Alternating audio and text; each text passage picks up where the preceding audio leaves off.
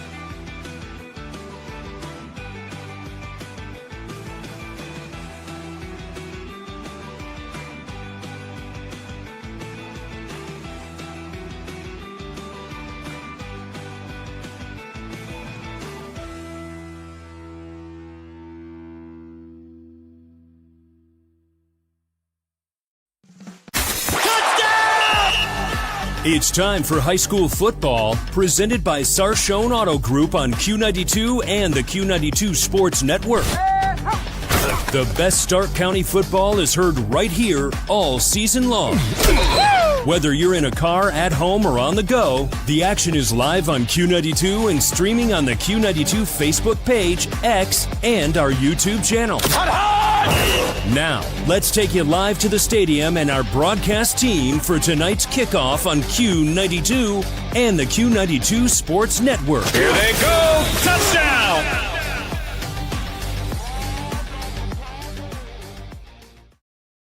And rivalry week live from Manchester High School. We have Manchester Panthers taking on the Northwest Indians.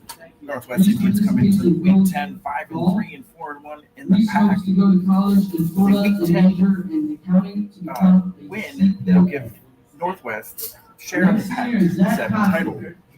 They're sitting at 8 in their region in the OHSA computer rankings. So, also, the Indians lost in Week 9, 21-22 in overtime. A tough Kansas team. Running back Joy Medora leads the team.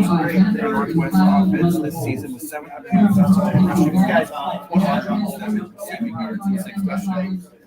Also leading the team, Robin Allen at wide receiver with 387 yards, 3 touchdowns, and QB Greg with 901 yards, 16 aces, but 9 interceptions. The Panthers are 6-3 and 3-2 in the Pac 7 and are currently sitting in the region, trying to hold on to the playoff spot. The Panthers are currently in a 2-game losing streak, holding a week-game loss to try away, and a Week 9 loss to Senior Tyler Pappas, who was in Northwest last season, transferred over to Manchester this season. Leads the team under center as a signal caller. Has 1,260 yards, 18 touchdowns, with only 6 INTs. Aiden Mead leads the team of running backs with 832 yards, 102 carries, and 7 touchdowns. Philip Parkman has 434, 5 TDs, and 1 carry, and with a trio of receivers, Jake Livingston, 382, 3 touchdowns. Noah Lane, 355 and 3 touchdowns, and Malachi Citron with 314 yards and 6 touchdowns. Are the leaders to this Manchester Panthers offense. The final week is here. Northwest versus Manchester renew their rivalry in the Pac 7. Join myself, Brian Rowland, and Mike Dixon. 7 p.m. kickoff here on the Q92 Sports Network. Right after this.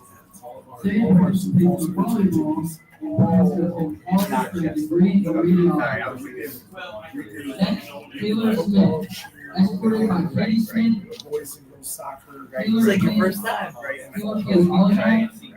After high school, Taylor plans to move to Hawaii, take a gap year in work, and attend the University of Hawaii to study medical.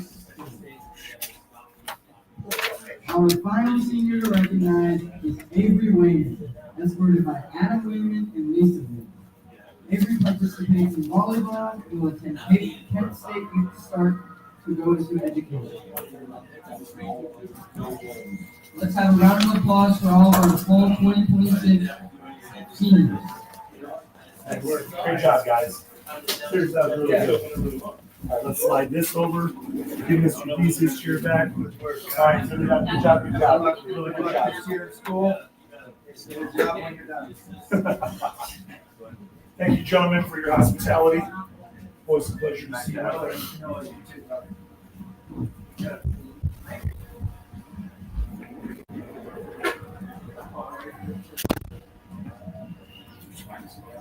So annoying. I couldn't get any of that out. You know, big words, Northwest, Manchester. Just annoying. Sorry, Week 10.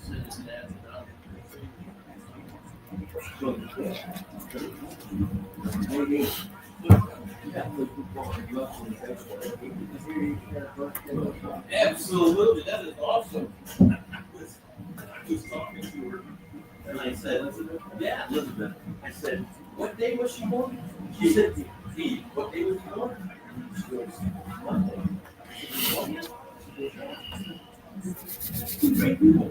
On that day. How old is he? 0. Well, I got a couple. 5 days. 59. Way older than that.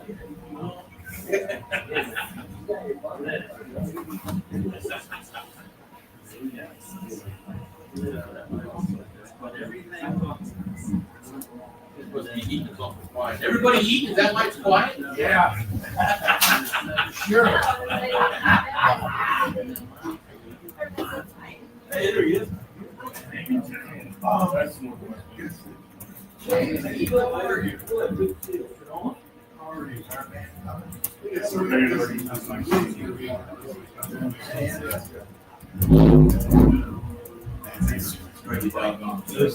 That's the house in there. Low 50. I tell that was.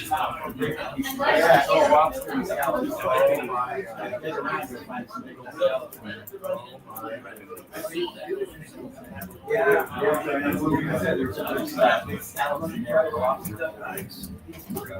oh, just look good.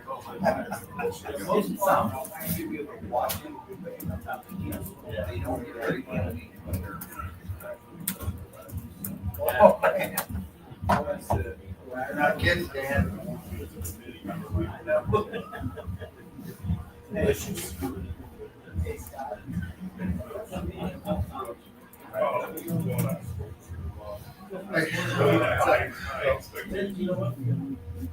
So, yeah, there's more. Yes. Get that thing I sent you. I sent that to you. Okay. You get it? I will on all of them. Okay. I'll pass it over. Sorry, I was taking tickets here. Hey, go to the big night. Between first and second quarter, you get my note for the announcements. Yes, I'm gonna run that. Yeah, they'll come like right by the end zone there, Who was that? the middle school. team. Oh, yeah. Okay, between the first and second. Yep. Okay, yeah. And we got really good. I'll be up there in a Yeah. second. It smells really good. You guys good? You need anything? No, we're good. Oh, good. Appreciate you. Yep.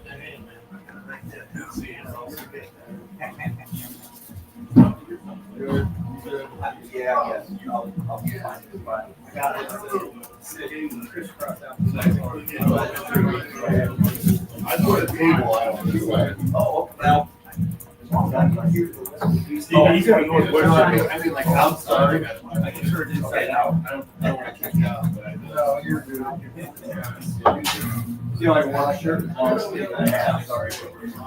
My daughter runs around.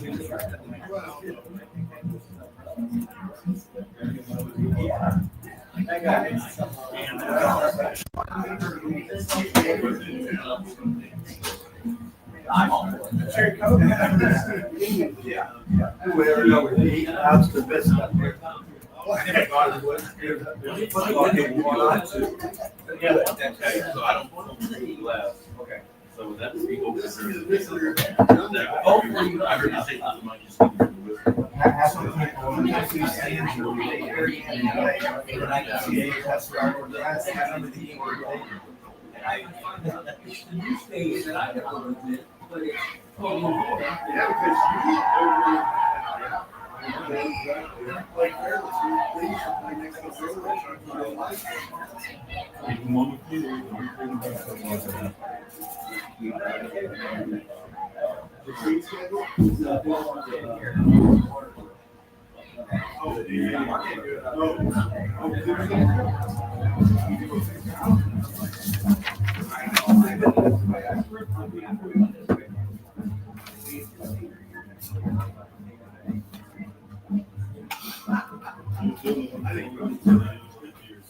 before you get to the field,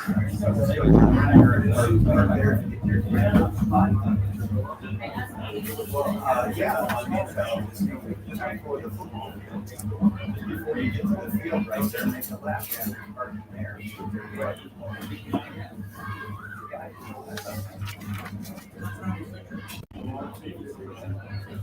Yeah, not off of 93, but I'm going off of That's right. Did that run everybody in the Yeah, just go up Manchester Road and get the left on Leonard. I did. I was sitting in the corner of the way on the race.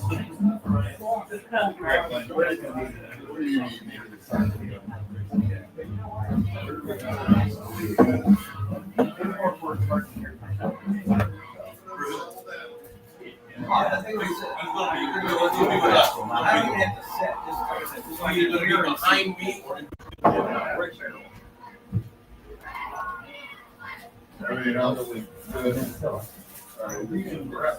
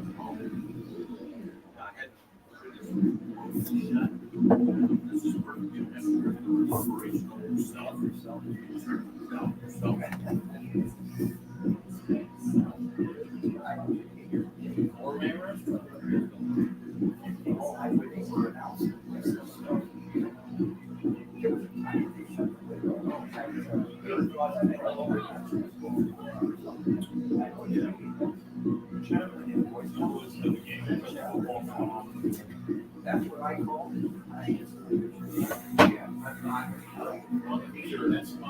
You guys ready for that immediate password? Good. I just use my phone. Okay, I got the password. I'm live, so I can't. Thank you, though. Appreciate it.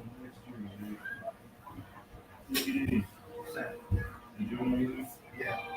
Let's get some food.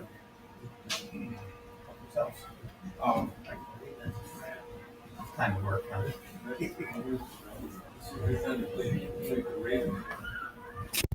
Ladies and gentlemen, I'd like to announce our corporate sponsors for this season. Crystal Clinic Orthopedic Center is nationally renowned and #1 in Ohio for exceptional orthopedic care for kids and adults alike. With 15 convenient locations throughout Northeast Ohio, including immediate walk-in care for accidents and sports injuries. Thank you, Crystal Clinic. Also, I'd like to do our corporate sponsors on the scoreboard: Bell Stores, Honeymoon Grill, Sasquatch Laundromat, and the Crystal Clinic. Thank you for supporting Manchester sports.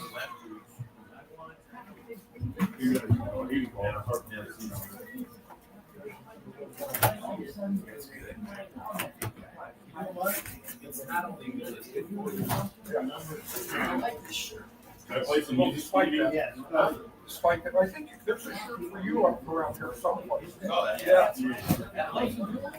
Yeah. That's what happens.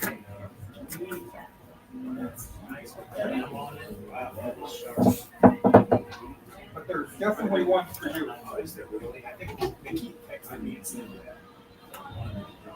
Yeah. That's nice.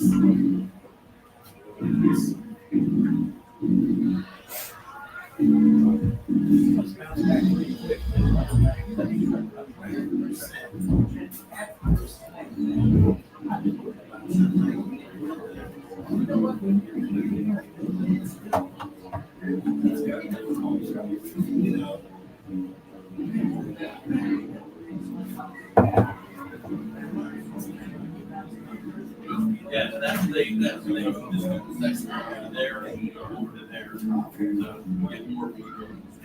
I mean, they kind of reach the student section. I really like they kind of like that.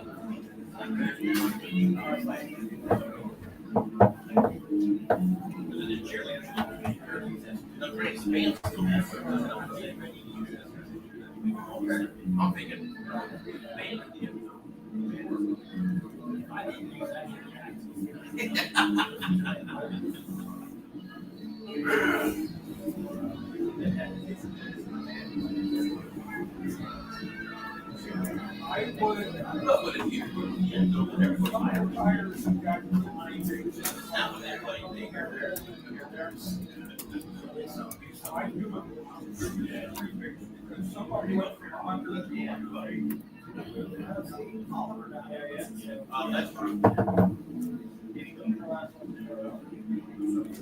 Just like school day.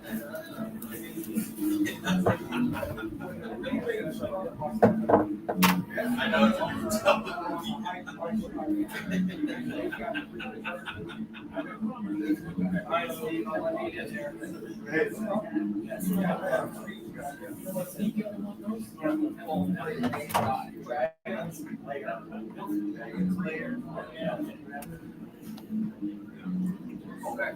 Yeah, it's a long trip to the bathroom. I know that's the only thing. That's why I don't want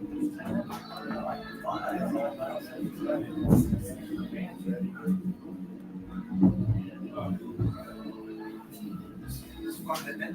Oh, yeah. Well, awesome. What else? What else we do Right. Right. I don't want. Right. Stay there. Hey, you guys are welcome when you get a break to join us with our food. I say you're welcome to join us for the food if you're when you get a break. Thank you. You guys, yeah. Oh, that's good. With the American story. Right.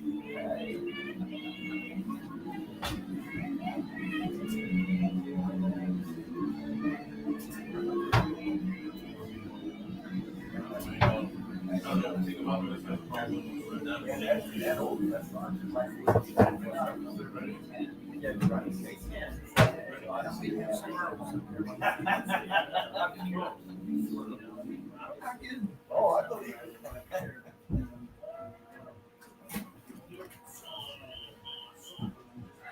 At this time, we ask that you please direct your attention to the field.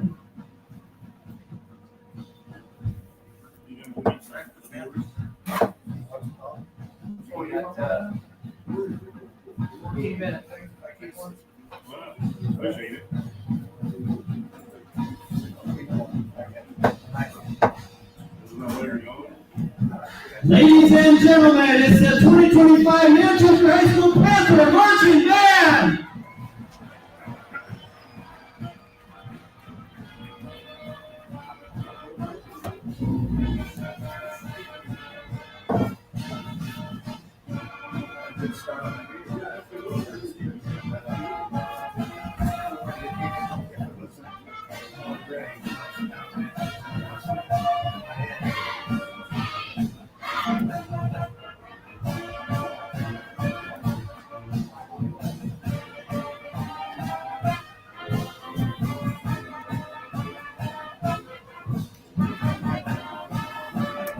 Not getting anything.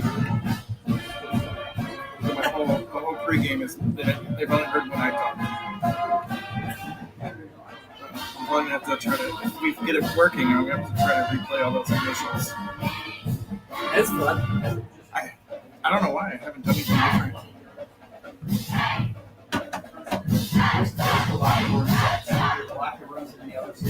Oh, okay.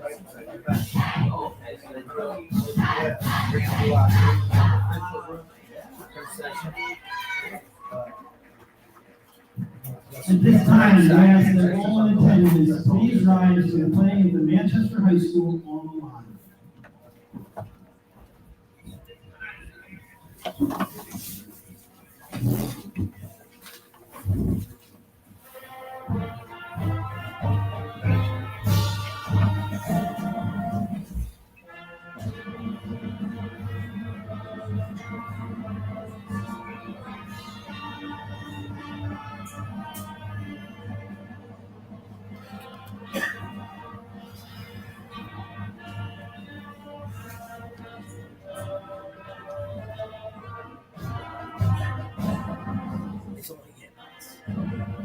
What's that? It's only yes.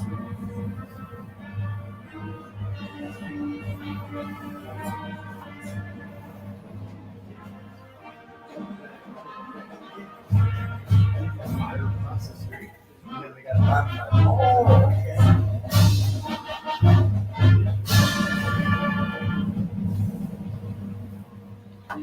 We are blessed to live in this great country, the land of the free because of the brave. So to honor America and the men and women who serve, please remain standing and remove your hats to the playing of our national anthem.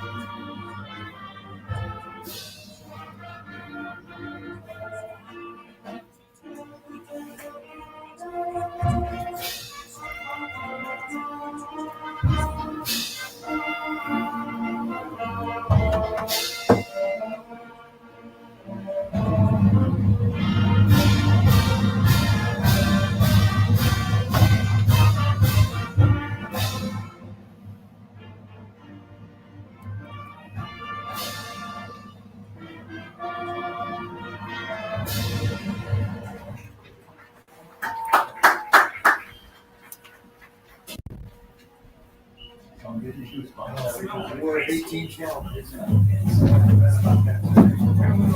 Good job, Joe. What's Graham called you now?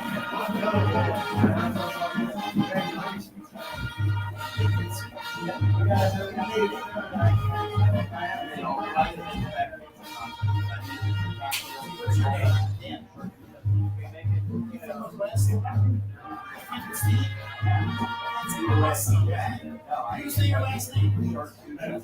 Sharp to Jesse. That's awesome. Thank you very much. That stuff is awesome. Yes, that's it.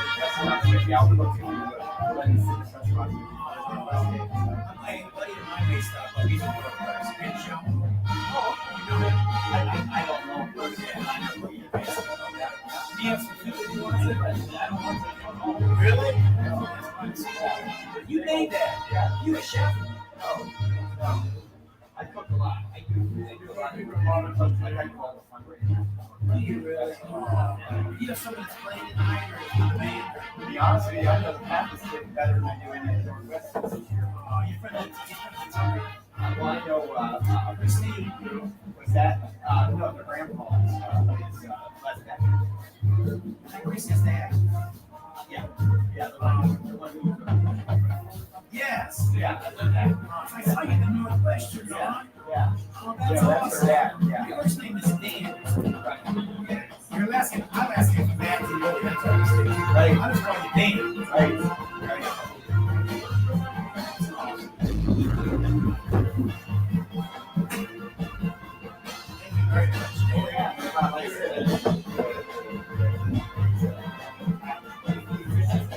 I actually have a car over on Grove Road. So, I love it. Yeah, so the tax. Yeah.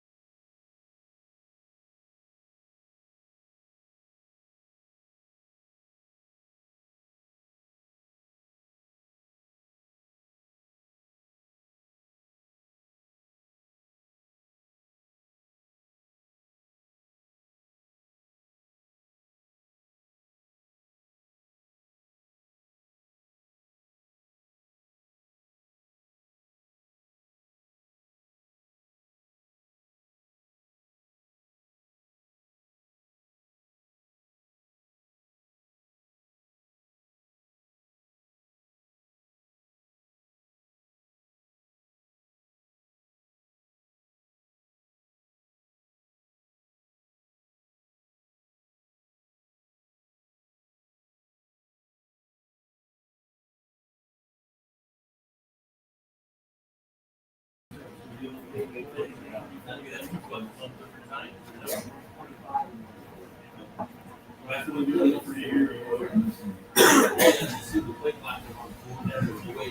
I'd like to announce dads. Are you looking for a place to take your youngsters to burn off some steam? Sign up now for Manchester Youth Wrestling. See Coach Dustin Ross running Sunday night for open mats at the Old Valley Gym from 5 to 6 o'clock. All are welcome, boys and girls.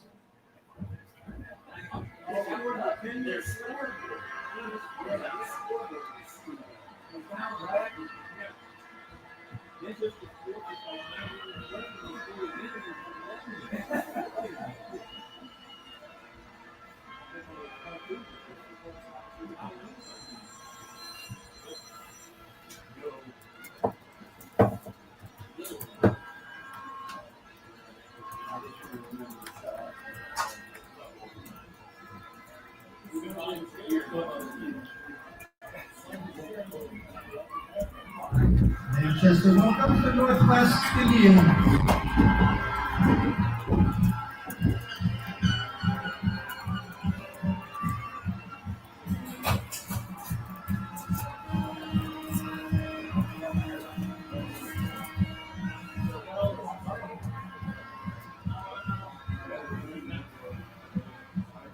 On your feet, Panther fans.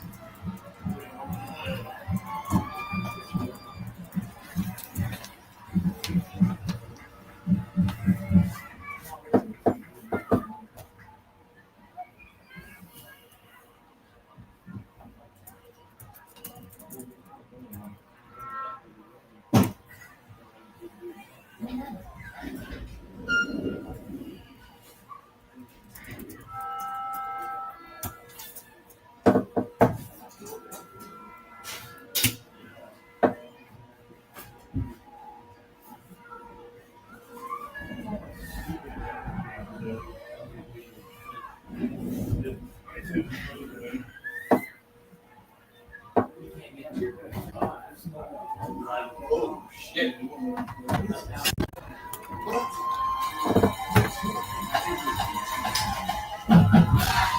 comes the Manchester Panthers.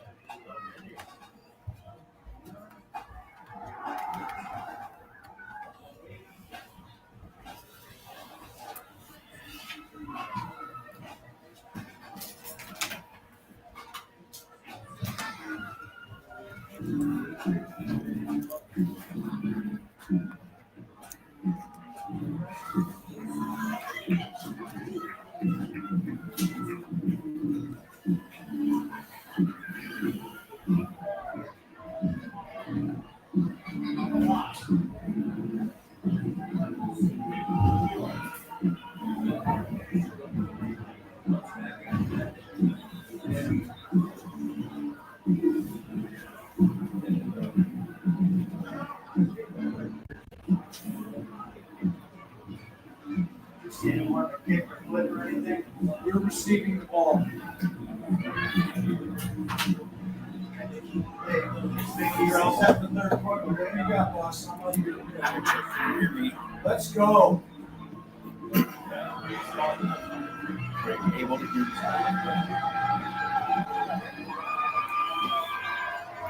Who's that kicker, Kenny?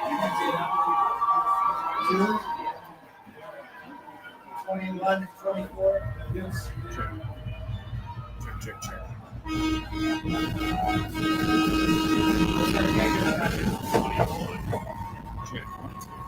Set to go to kicking for Northwest, number 21, Ben Shan. Back to English, Panthers, number 21, Jake Livingston. Number 24, Jason Carmichael. 24? Yes.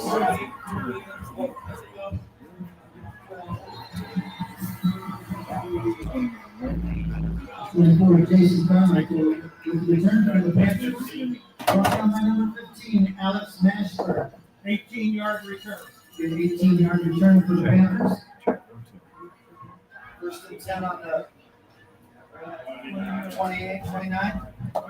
Panthers will have it first and 10, their own 29-yard line.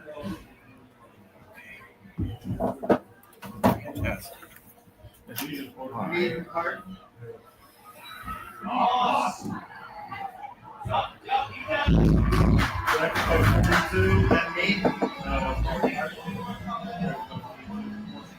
Who brings one carrier, brought down to number 42, Jacob Garber. Gain of 1 on the play, 2nd and 9 for the Panthers.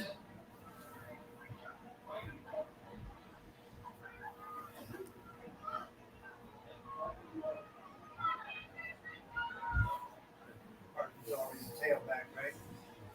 Yes.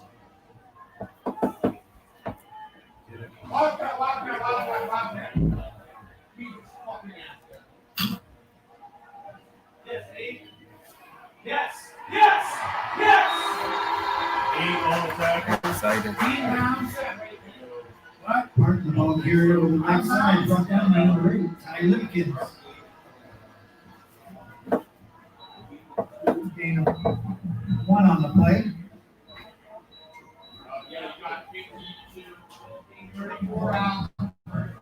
3rd down and 7 for the Panthers.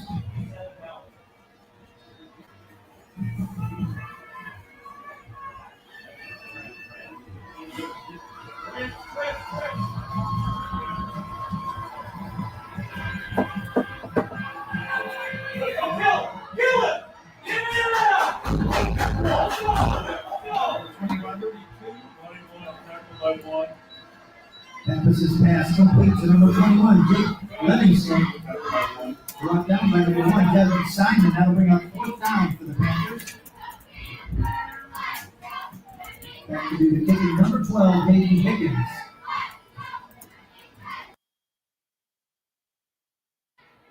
Check, 1, 2.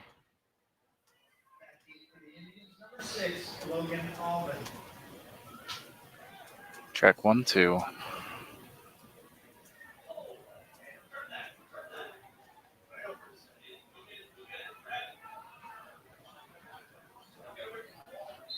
How in the world did that get changed?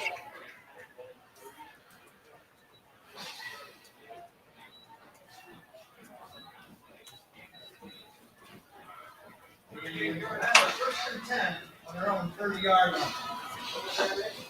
38-yard plus.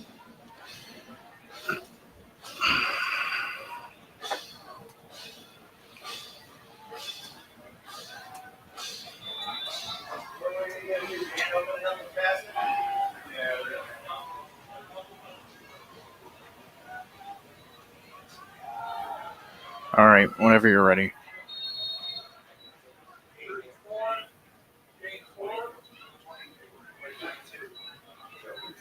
Joey Madure, ball carrier for the Indians, brought down by number 8, Lorenzo Donovan. Gain of 4 on the play.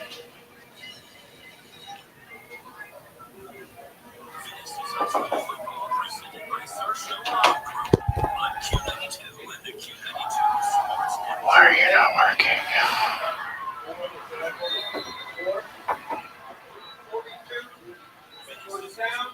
Madure, the ball carrier. Why is it not working? Number 4, Trent Hopkinson. Big up for Indians first down. Ball spotted at number 42. Ball spotted at their own 42-yard line.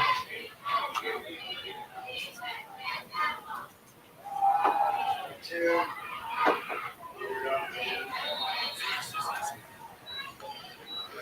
Oh my gosh.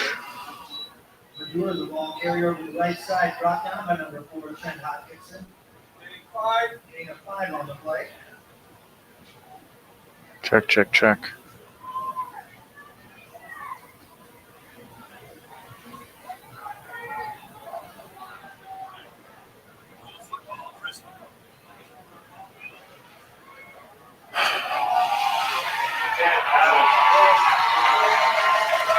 Review the ball carrier to the right side, brought down immediately by number 10, senior Gavin Gilbert.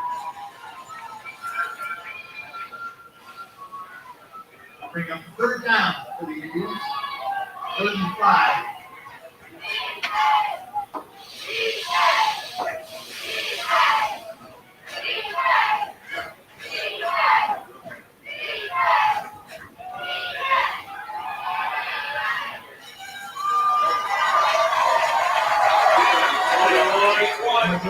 In the ball carrier, brought down by a host of Panthers.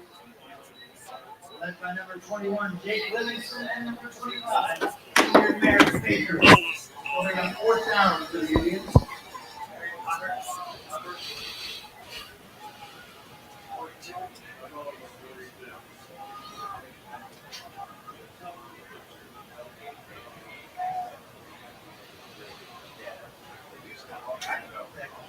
42, Jacob Garvin for the Indians.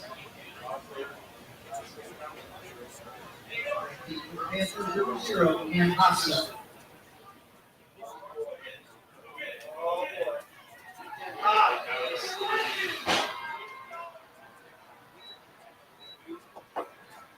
Give me a distance on that kick.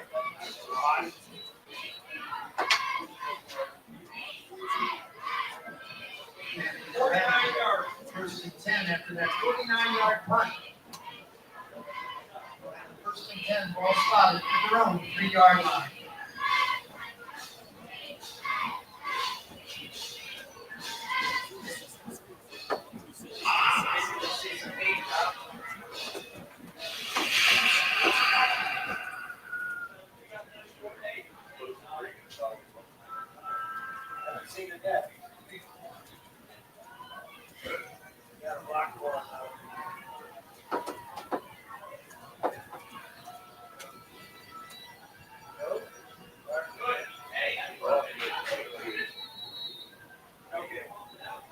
Joe Clark, the ball carrier.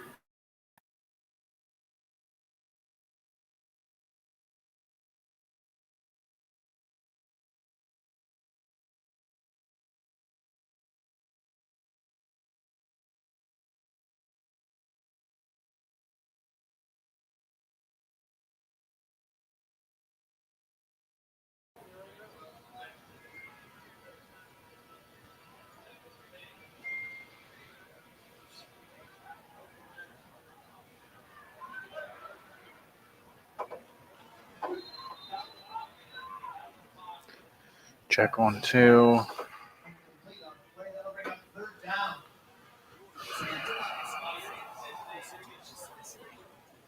3rd and 10.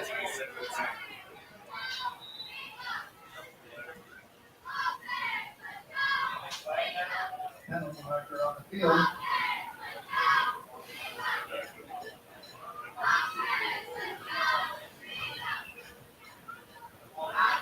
You're listening to High School Football presented by Sarshone Auto Group on the Q92 Sports Network.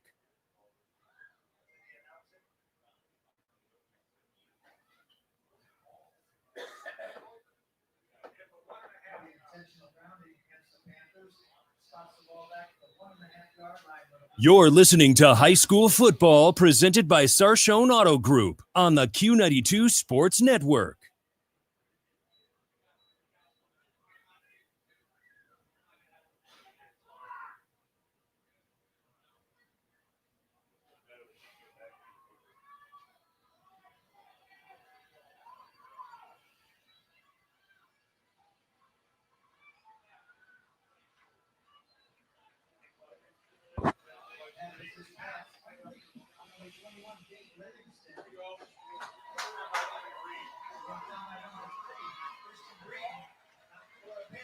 First down.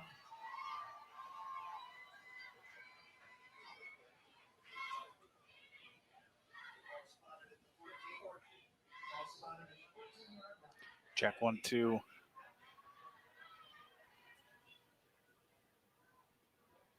This is high school football presented by Sarshone Auto Group on Q92 and the Q92 Sports Network. All right, welcome to Manchester High School. We are in the first quarter of this Pac-7. There's 6:07 left in the first quarter. It is 2nd and 10 for Manchester at their own 14-yard line. This is their second drive of the ball game. I'm Mike Dixon, joined by Ryan Rowland here in the booth. Ryan, we've got a great game this evening. Tell us a little bit about the teams. You know, we're looking at a Pac-7 matchup here. We got the Northwest Indians, who are now 6-3. We got the Manchester Panthers, who are now 6-3 for the season. This game is a game that backtracks to the 1960s. These guys grew up, hated each other. They grew up knowing that Manchester was the rival, or the Indians were the rivals. It's going to be a great game. So it is 3rd and 10 for Manchester, or 3rd and 1, excuse me. Manchester is breaking the huddle. Pappas is at QB. Last season, Pappas was a Northwest Indian. Shotgun formation. Snap is back. Handoff up the middle. A little bit of room to run. Has room. He's at the 40. The 45 makes one move, and he is tackled just on the other side of the 49-yard line.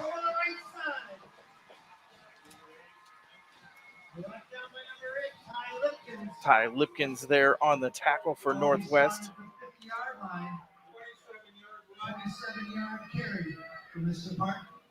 That was 27-yard carry.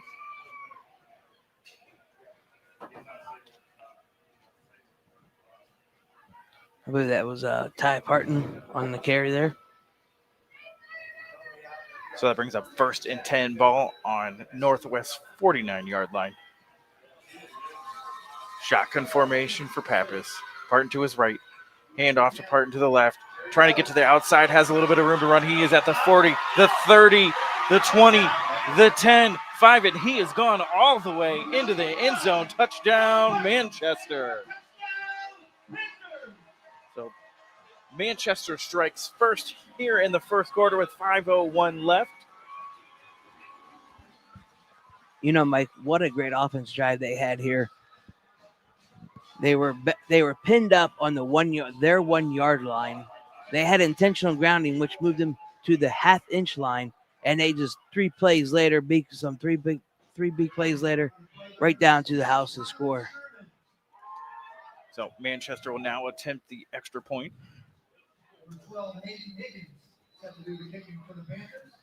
Higgins set to do the kicking here. There is a flag on the play.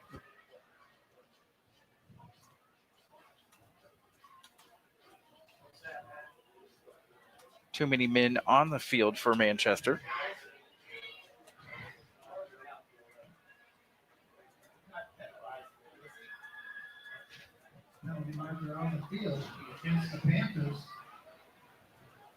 Manchester with 12 guys on the field, get a penalty. They're going to back the ball up 5 yards here. So once again, Manchester set to attempt this extra point.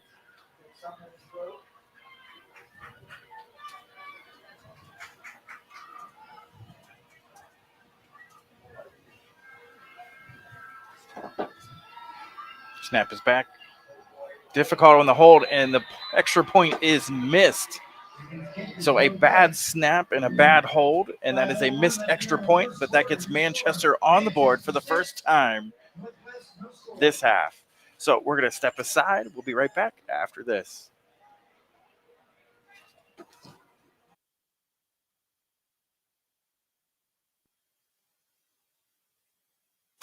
Northeast Ohio knows football, and Sarshone Auto Group knows Northeast Ohio. As an official partner of the Cleveland Browns, Sarshone Auto Group serves our community with the best selection and the best service. From Ford, Chevy, Chrysler, Dodge, Jeep, Ram, and more. From the toughest trucks to the SUVs that fit your family. Sarshone Auto Group, an official partner of the Cleveland Browns, and the place where Northeast Ohio comes to drive. Visit sarshone.com. You're listening to high school football presented by Sarshone Auto Group on the Q92 Sports Network. All right, we are back, and after that 50-yard touchdown run by Manchester, they're set to kick it off. Back deep for Northwest is going to be Logan Almond and Joey Medor.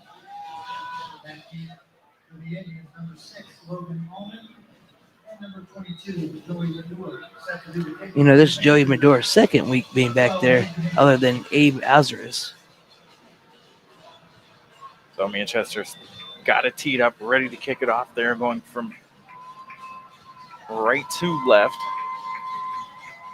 Kick is up, and it is deep, and Northwest is just going to let that one sail into the end zone for a touchback.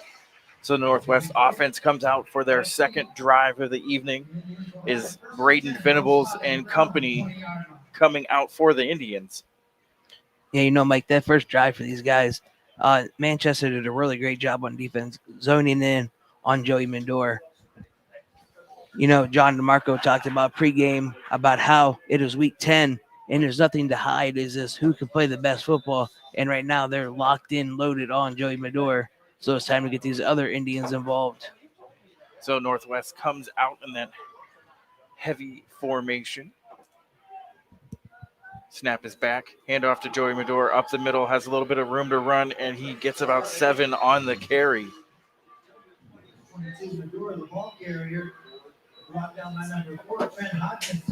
Trent Hopkinson on the tackle for Manchester.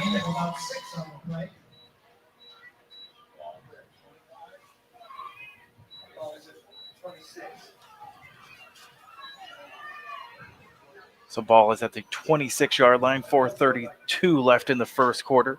Venables has it, hands off to, looks like Renford. Yep, Kellen Renford on that carry. You know, Mike, this is something we've seen for the last few weeks from Northwest is this heavy package, this wing T package. And the great thing about it is you got 4 great running backs back there. And Manchester has to be ready at all times for any 4 of them, plus the quarterback, Venables, to get the ball. So Northwest comes to the line of scrimmage, 3rd and 1. Snap is back. Hand off to Joey Medor. He is met in the backfield, but is able to break the tackle, trying to get to the line of scrimmage. We'll see where they spot the ball. And they are going to give him that first down.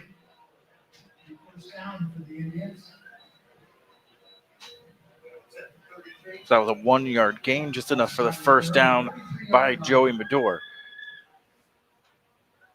Yeah, right now, the second drive on offense, they're doing a great job of moving that ball down the field better than the first time. Venables gets the snap, hand off to Medor. He's going around the left-hand side, has a little bit of room, trying to break it out, and he has a first down for Northwest. Gain of about 11 on the carry. You know, we got to see Joey Medor for 5 weeks now, and we have seen a great job on how he does following his offensive lineman. And you can see right there, one play, followed his lead tackle out there, pick up the first down, trying to march down the field for his Indians. So it's 1st and 10, ball on Northwest 44-yard line. 3:07 here to go in the first quarter. Snap is back. Hand off to Connor Stevenson. He has a little bit of room. He is out for the first down, and he is shoved out of bounds at about the 44-yard line. I'm sorry, that was Jacob Garber on the carry. And head coach Kevin Stacy is very angry right now in the field about his team, about how they're going to act on that sideline right there. We have a timeout on the field. That is a Manchester timeout. Kind of talked to his defense, told him to stay home. Coach is a little fired up like you were saying, Ryan. You know, one of the great things is, you know, we talk about this rivalry. We talk about hating each other. We talk about all this stuff. But Kevin Stacy is actually an 05 graduate of the Northwest Indians. He was a quarterback that led his team to a 10-0 season. You know, being a boys lacrosse coach myself, and playing the school that I went to high school against, it adds a little more. You have a little bit more motivation, especially when it's the crosstown rival. Oh yeah, you're always wanting to get that. I had the same thing. I coached at Alliance in Minerva, and when I played them, even though it was Minerva, I was ready to go out there and I was ready to get that win just because you won it. So both teams are out, ready to get this ball snapped. 2:53 left in the first and 10. Ball on Manchester's 44-yard line.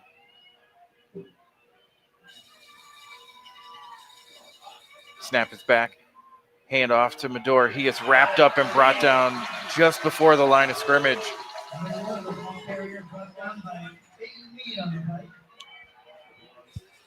That defensive tackle that we had right there on the left side was very close to a encroachment call. Very lucky he didn't call for that.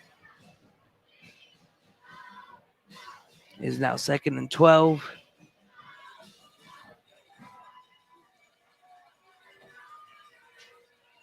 Ball is snapped. Hand off to Joey Medora, trying to get through the left side. And he gets about maybe 4 on the carry. That'll bring him 3rd down.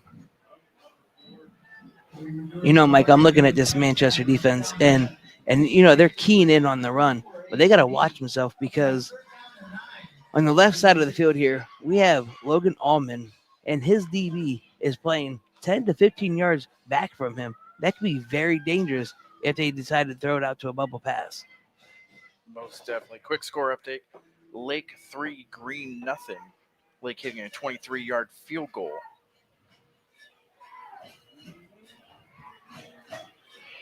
So, wing T formation.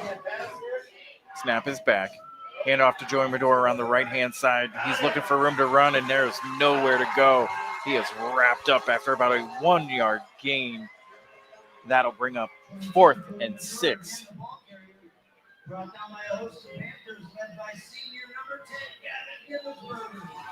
Gavin Hisenberger with the tackle, senior linebacker.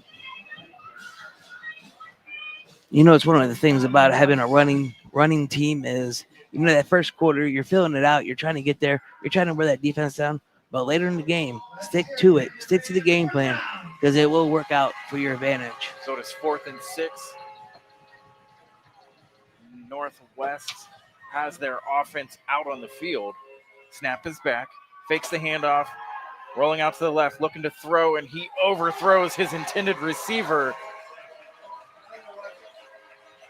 There is no flag on the play. A little bit of contact, so that'll be a turnover on down. Manchester's will take over. That pass wasn't intended for Lazarus. Yeah, that Manchester defense got very lucky. I agree with the equal rights to the ball, but the receiver had his back, and you pushed him in the back a little bit. Very lucky not getting on that pass interference right there. So Pappas bringing his offense back out onto the field.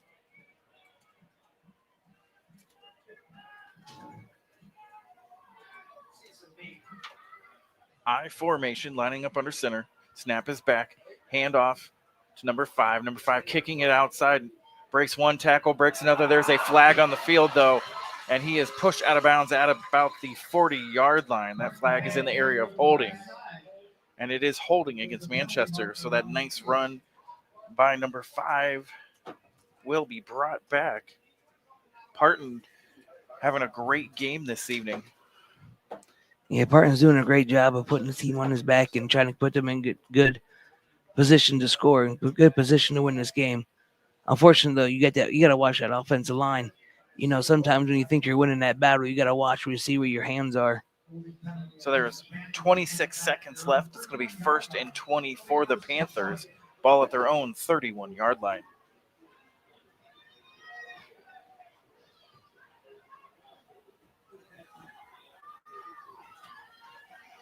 So I formation once again.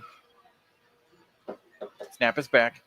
Hand off to Parton, trying to get up the middle. Has room to run. He breaks it. He's at the 50, the 40, the 30.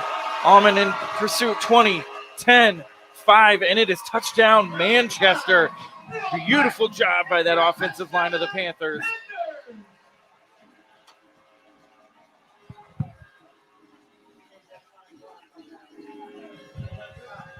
So Phil Parton with two huge touchdown runs here in the second quarter. Yeah, so far this first quarter, Phil Parton has at least, well, I should say very close to 80 yards and 2 touchdowns already tonight.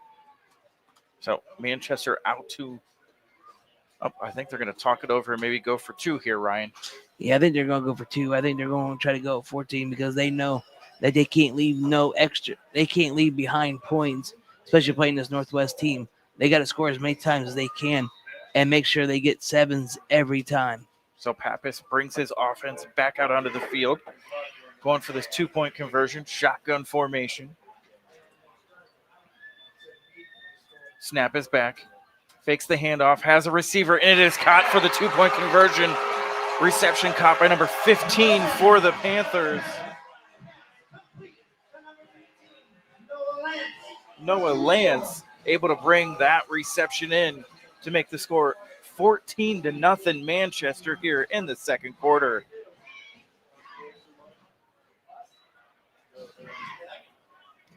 And, Manchester's putting 2 great drives there. The first drive, was a punt. The second drive they were backed up against their own end zone. Intentional grounding moved them to half inch from the end zone. Pappas was able to stay calm, threw a dime, then let Parton do the rest. This drive, Parton went through the middle of that defense like he was Moses and parted the Red Sea and was just off to the house for a 65-yard touchdown. So Manchester will come out and kick the ball off. Back deep for Northwest is Almond and Joey Medor. So there was an unsportsmanlike penalty right after the extra point against Northwest. So that kickoff will now happen at about the 45-yard line of Northwest.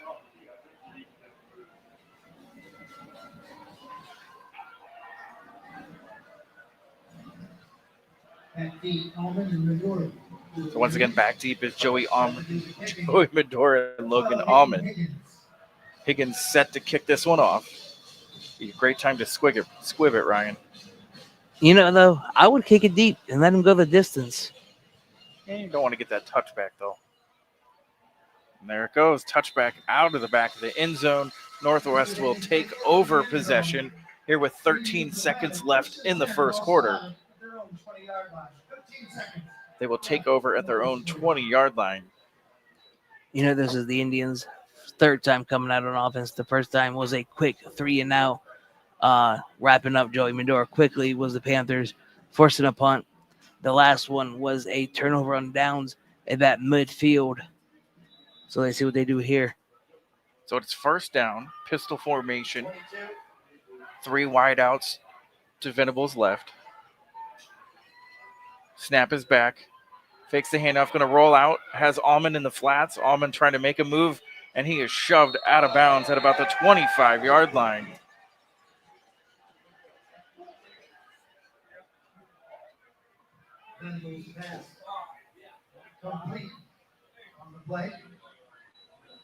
A lot of extracurriculars going on out there, Ryan. Oh, yeah. It's one of those things. It's rivalry week. You're going to get a little chippy. But the officials have to watch that, especially this early in the game, because it will get dangerous very quickly. So 6 seconds left, 2nd and 5. Pistol formation. Joey Medor right behind Venables. Snap is back. Handoff to Medor up the middle. Has some room, and he is brought down at about the 40-yard line by number 8 of the Manchester Panthers, and that'll wind us down out of this first quarter with the score Manchester 14, Northwest nothing. We'll be right back to start the second quarter.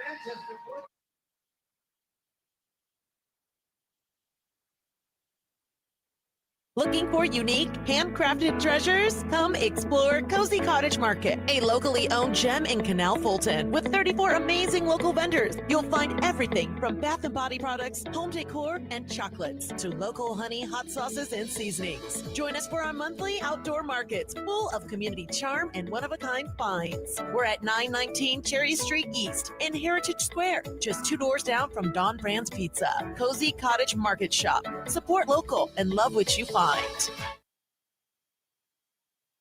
RG Drag, Stark County's premier career center, offers programs that prepares its students at the high school level for careers and continued education beyond high school. Upon completion, RG Drag students have an immediate opportunity to obtain a well-paying job in many exciting career fields. We offer everything from culinary, dental assisting, engineering, sports turf and landscape, welding, and so much more. Contact RG Drag to find a program and career that's the perfect fit for you. RG Drag, where careers begin.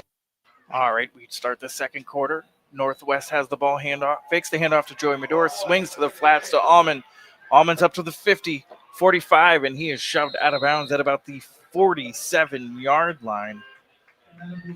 Yeah, unless the Manchester Panthers make an adjustment quickly, that bubble screen to Almond is going to be there all night just because they're so worried and so focused on that run game. And I don't blame them in a way, but you got to watch all of Northwest's weapons. So, shotgun formation for Venables. Medora in motion. Snap is back. Handoff to Medora. He is 8 up in the backfield. Nowhere to go. But there is a flag on the play. Medora's calling for a face mask. Livingston met him in the backfield. We're going to get a face mask there. So personal foul, face mask on the Panthers. That is going to move the ball for Northwest.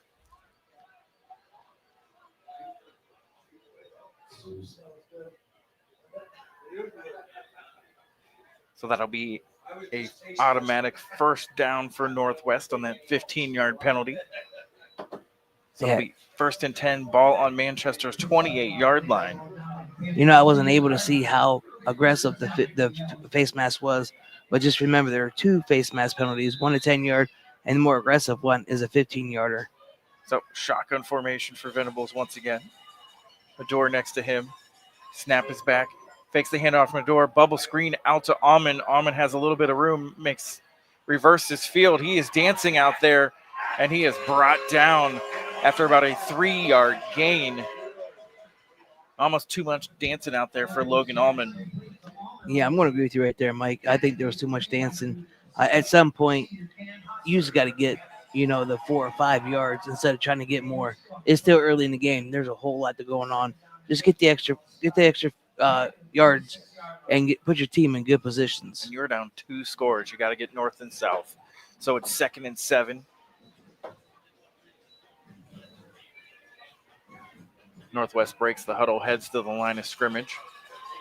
Shotgun formation, trips to Venables left. So is Medora. Snap is back. Handoff to Medora to the right-hand side, and he is wrapped up at the line of scrimmage. And that's going to be about a loss of 1 on the play. Nowhere to go for Joey Medora.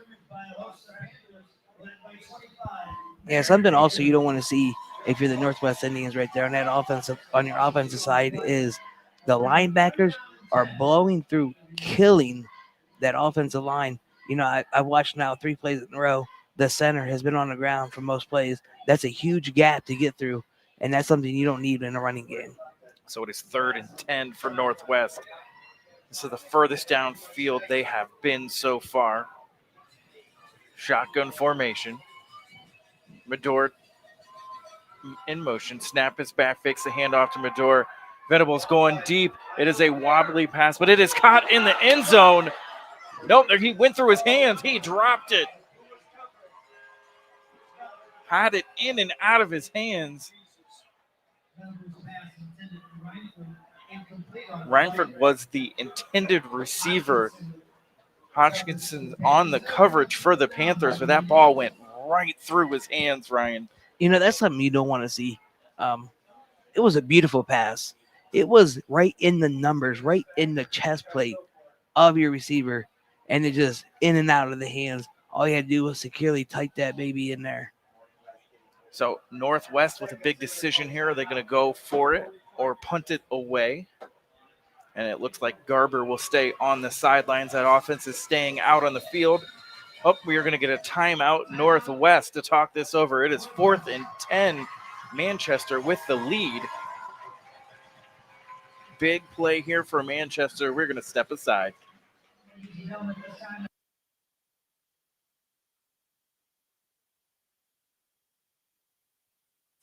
Northeast Ohio knows football, and Sarshone Auto Group knows Northeast Ohio. As an official partner of the Cleveland Browns, Sarshone Auto Group serves our community with the best selection and the best service. From Ford, Chevy, Chrysler, Dodge, Jeep, Ram, and more. From the toughest trucks to the SUVs that fit your family. Sarshone Auto Group, an official partner of the Cleveland Browns, and the place where Northeast Ohio comes to drive. Visit sarshone.com. You're listening to High School Football presented by Sarshone Auto Group on the Q92 Sports Network. All right, so it is 4th and 10 for the Indians. Ball on Manchester's 28-yard line. Venables in the shotgun, trips to his left, single receiver to his right. Snap is back to pass, going to step up in the pocket, has some room to run, and he is brought down way short of the first down marker. It'll be turnover on down, Manchester's ball. So nowhere to go for Venables, turns it over on down. Number 18 brings him down out there for the Panthers. So Pappas and his Manchester Panther offense on their way out. You know, I don't blame them going for the 4th down there, trying to get the first down there. I mean, you're in good field position. They're already going to be backed up far enough if you don't get it. The only thing is execution. You got to execute the plays a lot better. So 1st and 10. Snap is back. Fakes the handoff. Pappas is rolling out. There's a flag on the play. There's a false start on the offense.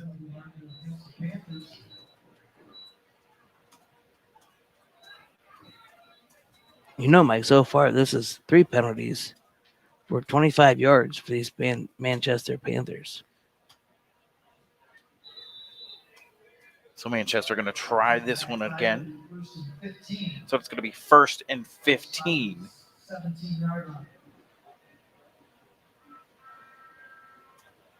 Pappas jogging out to his huddle.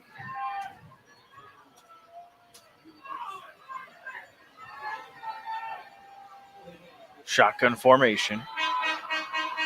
Snap is back. Hands it off to the left-hand side. Has the edge. Has one man to beat. And Logan Almond's not falling for that juke and wraps him up.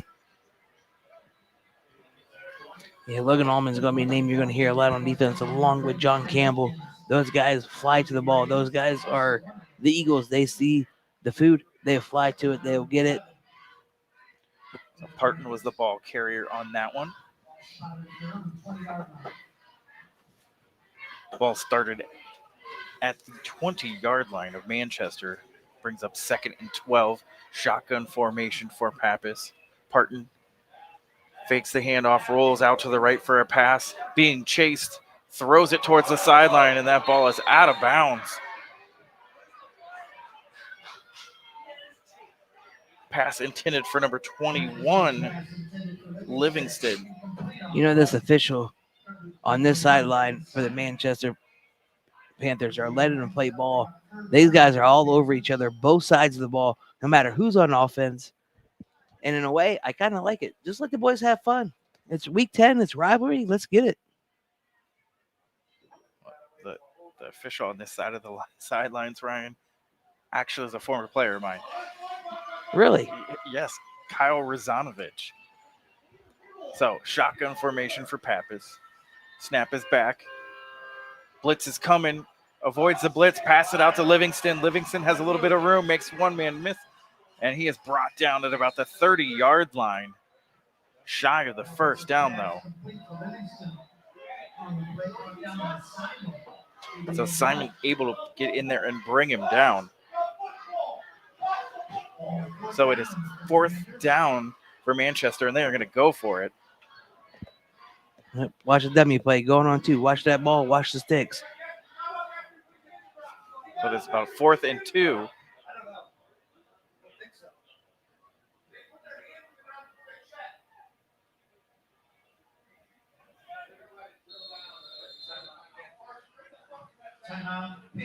So it's timeout Manchester. So I know our listeners can't listen, but the Northwest coaches are right beside us, and the defense They have a assistant, lot to say. the defense assistant coach I can hear him through the wall, and I do agree with him. The linemen put their hands down on the ground, meaning they were locked and loaded. Yes. And then they brought him up. And they've done that a number of times when Pappas looks to the sideline for a new play. All the linemen come up and look, and that should be a false start. That should be a false start. Once your hands down, you are locked on that ground. You can't move no matter what until that ball is snapped. So 4th and 2 for the Panthers. 8:43 left in the second quarter. 4th and 2. The mentality still stays the same with this timeout. You have to watch the dummy count, the going on 2. You have to watch the sticks. You have to play up. You got to get that tackle. You got to stop them here.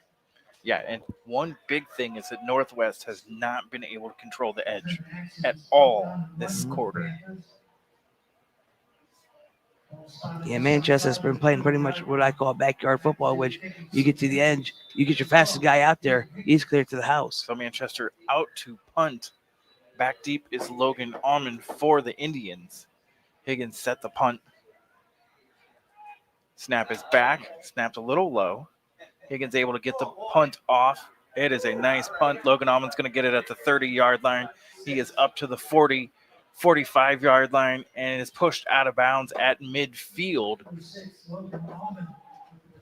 where Northwest will take over.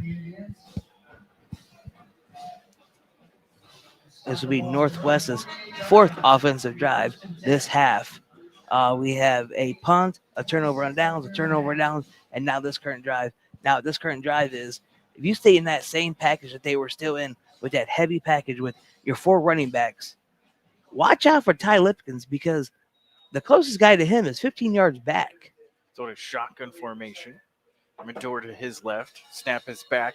There is a flag on the play. It is going to be a legal motion on Northwest. Wide receiver out here went early to set up this bubble screen. Yeah, watching Abe Lazarus, we've seen this before in a couple weeks past, I think he gets excited. I think the ball's coming to him and he just wants to go, which I don't blame him, but at the same time, you got to watch it, man. You got to wait till that ball snapped. Yeah, penalties has been the burden for this Northwest offense the last few weeks. Venables in the shotgun formation, 1st and 15. Snap is back. Fakes the handoff. Medor out for the bubble screen. Not a whole lot to go. He is going to be wrapped up at about a 4-yard loss on this play. And he is not happy about the blocking he had there. Yeah, no, it almost looked like they just gave up on the blocking. And I don't want to say that, but that's clearly what it looked like. It was just let the guy go. So it is 2nd and 13 for the Indians. Tuslaw is up 13-6 on Fairless. Snap is back. Going to throw that bubble screen and nowhere to go, man. He is just being shadowed. Oh, there's some pushing and shoving afterwards. So there's a loss of 1 again. We'll bring up 3rd and 13. Ryan, you got to stretch the ball down the field. They are reading these bubble screens and have a shadow on Logan Almond, the whole time. And it was one of the things that these coaches talked about pregame. It is week 10. There is nothing to hide. All the film's there. What are you going to do? You got to play the best football there. Trent Hodgkinson's did a great job. Did a great job over there. Knowing that bubble was coming, stayed home, locked and loaded, and got it. Snap is back. Venables looking to run, and he is brought down in the backfield. Another loss. So it is going to be about 4th and 21. Excuse me, 4th and 23 for this Indians offense. They are bringing out their punt team.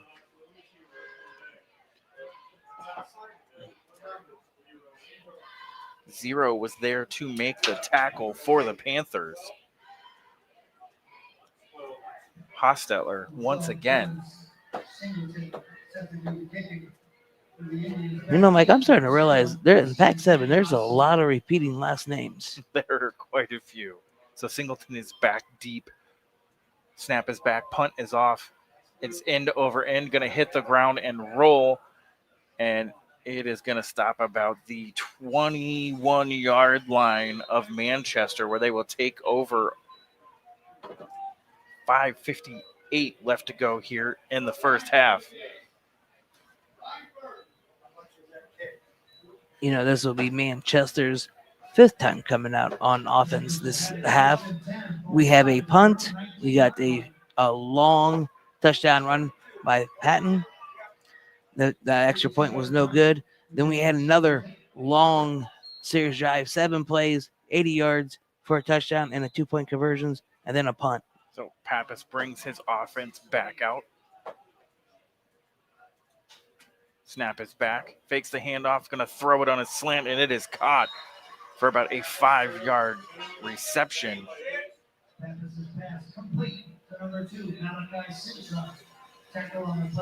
Malachi Cintron there with the reception for the Panthers. So I'm going to say that was a gain of 6, brings up 2nd and 4.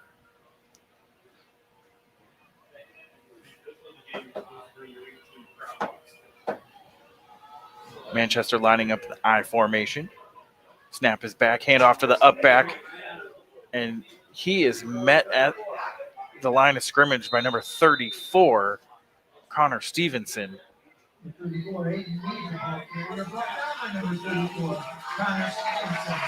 34 on 34 crime right there, Ryan.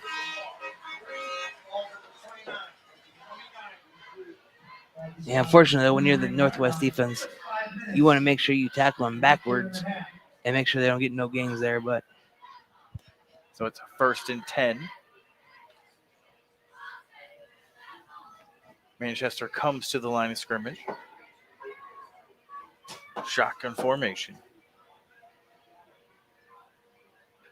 Snap is back, looking to throw, and it is just overthrown. Intended receiver was number 15. Yeah, that pass was definitely overthrown and also looked like miscommunication because the receiver definitely ran the wrong route there. Yeah, he ran almost an in, and I think they were looking for an out. Yeah. So it's 2nd and 10 for the Panthers.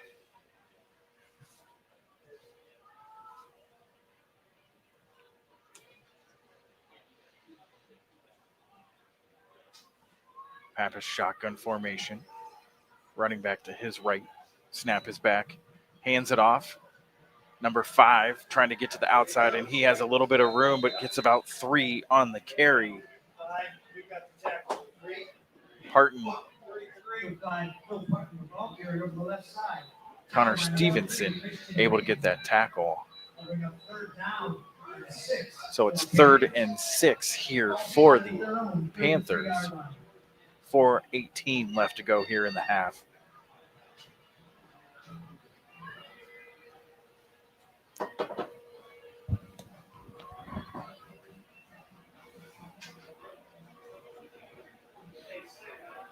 Panthers to the line of scrimmage. Northwest shifting. A little bit of confusion. Snap is back. Handoff up the middle is number 34. And there's a flag on the play. Hayden Meade, the ball carrier, brought down by Garber.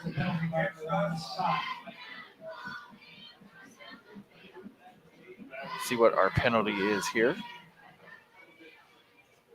I believe it's going to be holding. Yeah, I'm wondering too what it's going to be, but I do know the officials all pointing to the Panthers side. And DeMarco has turned that penalty down. That'll bring up 4th down for the Panthers It'll be 4th and 7.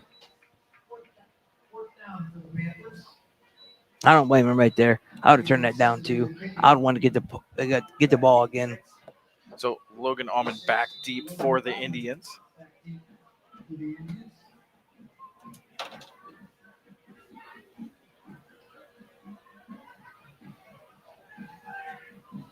Snap is back. Punt almost blocked.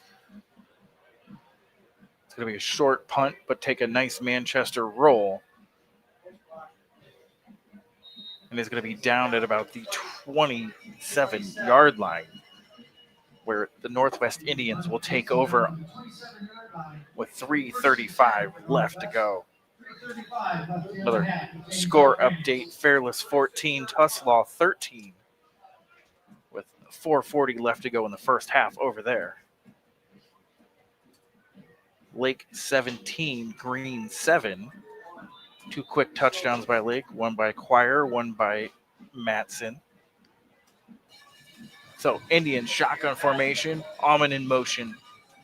Snap is back. Venables looking to throw, looking for that screen. It is broken up by number 10 of the Panthers.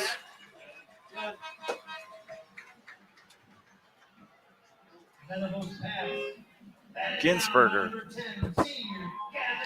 These Manchester defense has done a great job at just playing their man and being where they needed to be for plays. And it's almost like they know what play Northwest is going to run, like immediately. So Venables bringing his offense out. Joey Medor behind Venables. Snap is back. Fakes the handoff, throwing it to the flats to Almond, and he has the ball for a completion.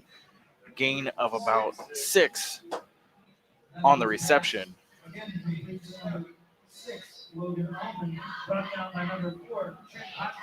Yeah, Hodgkinson on that tackle. This is going to be a game where they got to get Ty Lipkins and Logan Almond focused, and they got to get them playing and making plays for these guys. So it is 3rd and 3 for the Indians. 3:01 left to go in the half. Snap is back. Venables rolling out to his right. Looking to throw.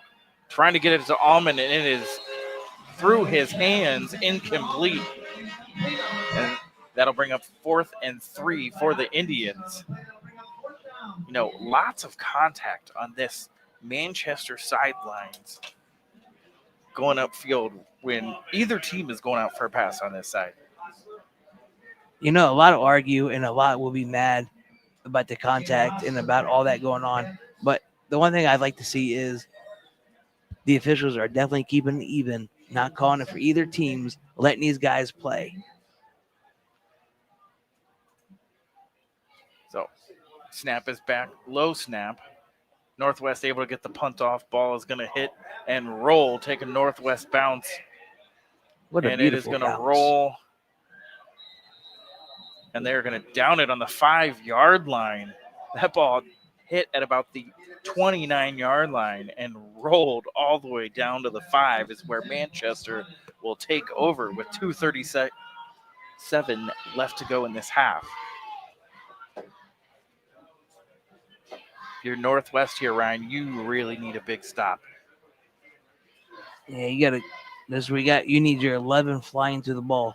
You need your guys. You need your John Campbells, your Connor Stevensons, your Abe Lazarus, your Logan Almond, all these guys. John Campbell flying to the ball, making plays. You know, once your guy gets a block, try stripping it. So shotgun formation with Pappas and his Panthers. Snap is back. Fakes the handoff, looking to throw up the sidelines, and it is overthrown. Pass intended for number 2, Cintron. Coverage by Simon on that. Yeah, that number 2, Malachi Cintron, he has his dad who coaches for Manchester, and also his uncle are both state champion wrestlers for Alliance. It's a huge wrestling family in Stark County. So Manchester out, shotgun formation. Snap is back. Handoff up the middle. He's going to bounce it to the outside at the 10-yard line using his blocker. He's at the 20, and he is shoved out of bounds at about the 24-yard line.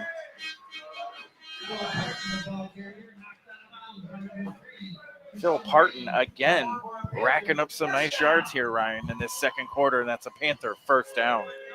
Hey, you know what the best thing about having a fast running back is? And it is let him get to the edge, let him get green, and let him fly. Now, one of the things that I want to see Northwest do is every time Phil Parton has got the ball, it has been to the Northwest sideline, it seems. So Manchester out shotgun formation. Snap is back. Handoff to Parton. Trying to bounce it outside, but nowhere to go. And he is brought down after about a gain of maybe 1 on the play. 2:03 left to go in the half. 2nd and 7.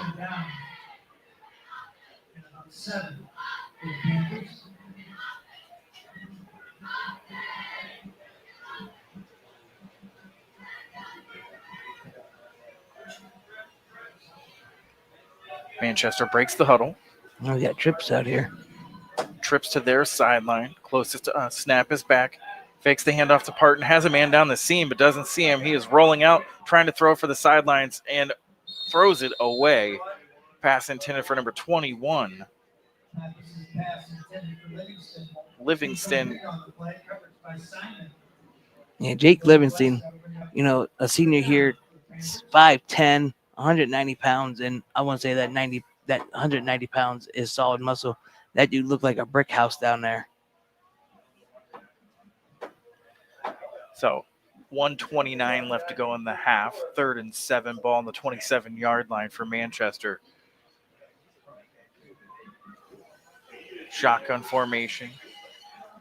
Trips to Pappas's right. Snap is back. Fakes the handoff. Man in the backfield. Pappas is being chased. Rolls out to the right. Looking to throw. Throws it. And it is almost intercepted. In and out of the hands of number 1, Simon. You know, Simon's doing a great job playing DB on the left side of the football field. He has been there. He has been with the receiver, neck and neck. He's trying to make plays. He almost got an interception there. So Manchester brings the punt team out. 1:21 left to go here in the first half. It is 4th and 7. Back deep is Logan Almond for Northwest. You know, Northwest has done a great job on defense. This is now the 3rd straight punt. The only thing that caught him was early in the game with those touchdowns. The snap is back. They're coming after the punt. Just missed it. Calling for the fair catch with no one around. I'm not sure about that one, Ryan. So they are going to take over on the 34-yard line. Yeah, I'm not too sure about that one either. And, you know, peeping through the window here at these coaches, they don't look too happy either. I'm trying not to peep through the window. I don't want to make eye contact. They're not too happy over there this evening. So the Indians will bring their offense out onto the field with 1:14 left to go in the half. You know, you got to play your 2-minute offense here. You're down 2 touchdowns. You got to get something going. You got to try to score before half. Snap is back. Venables rolling out to the right. Has a man, but that throw is low. And they're going to say he caught it. Intended receiver did a nice job of cuddling up that ball there was Lipkins. So it brings up 2nd and 3, 54 on the clock. Hurry up offense here. Snap is back. Looking to throw. He's going to keep it himself, run right up the middle. And he is brought down just beyond the first down markers. It would have been a lot more. You know, one of the struggles we got going on right now is that offensive line, which is something we had not seen. But Manchester, John and Marco said the same thing. The front 7, those guys are physical, and we're seeing it. You know, the linemen are not getting that extra push to make blocks where their leader. 37 seconds left. Snap is back. Venables looking to throw, tries to air it out on the sidelines. He caught it and was able to fall out of bounds. Is Lipkins. So that is going to stop the clock with 27 seconds left. Second and 1. Second and 1, 27 seconds left. There's still 3 timeouts left. Snap is back. Venables looking to throw. He's going deep. Had a man right if he would have looked to the left. He had Renford wide open going down the hash mark. That intended receiver was Almond. Yeah, the other wide open receiver was Abe Lazarus, who a couple weeks ago was a big playmaker for them on the offense.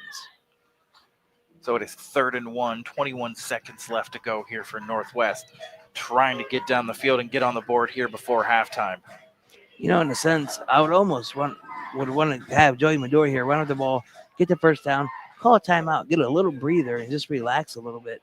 Snap is back. Handoff to Medora up the middle. Has a nice little hole, but he is tripped up just beyond the first down marker.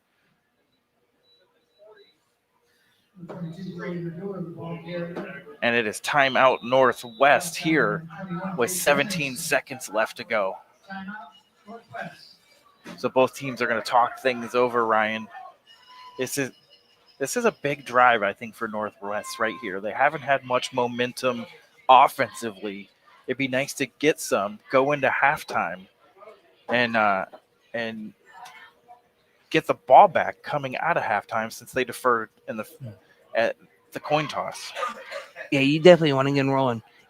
I talked about this last week a little bit. Northwest has been a team all season long, and we've seen it from week 5 to week 10 now. The first half, it's almost as if they just feel the team out, feel what they can run with, and then third quarter hits is when they take off. But right now, unfortunately, I don't think that's going to work. You're down 14. Like you said, you got to get a score. You got to get some momentum on your side. You got to come out with the ball and score again and even this thing back up. So both teams coming out here, like we had said, 17 seconds left to go in this half. Manchester up 14-0, and all the momentum is for the Panthers right now. Empty backfield for Venables. Snap is back. He's going to roll out to his left, looking to throw. There's nobody open, and he just throws it away down the sidelines.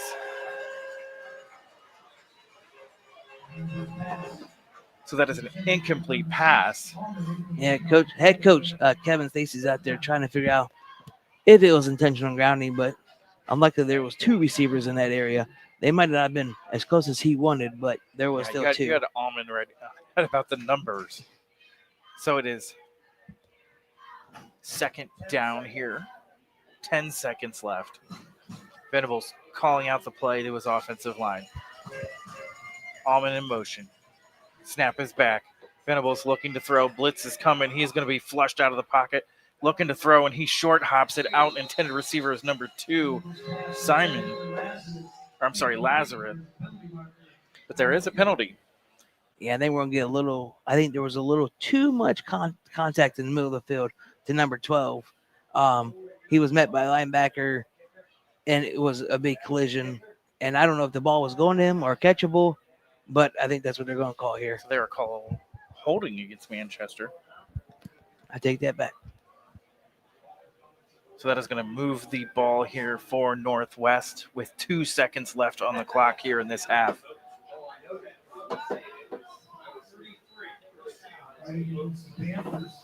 So it's going to be 1st and 10, 2 seconds, ball on the 33-yard line.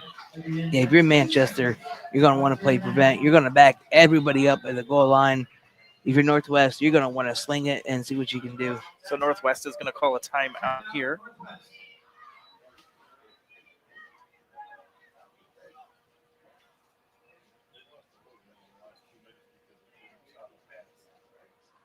Both teams going to talk this over. It's a big play. You haven't been able to get the ball down the field. If you're Northwest, you're really struggling, especially to throw the ball down the field. It looks like Venables is having a lot of trouble on those deep balls this evening. Yeah, and you're going to have that rivalry week, man. Anything can go. Anything is unexpected. People say, well, this is not the team. This is this, blah, blah, blah. But it's rivalry week, man. There's a lot of emotions, a lot of extra feelings, and you got to air those out to where you can play your football and worry about what you got to do your assignments. So both teams coming out here to try to end this half. 2 seconds left. Northwest has the ball. Snap is back. Venables looking to throw. Pocket is closing. He is going to air it up towards, and it is going to be intercepted by Manchester. He is going to take it to the 30-yard line, has some blockers. He is still going, comes out of the pile, and he is brought down just shy of the 50-yard line. Number 21, Livingston, with that big interception to take this to halftime. Manchester up 14-0. We'll be back after this.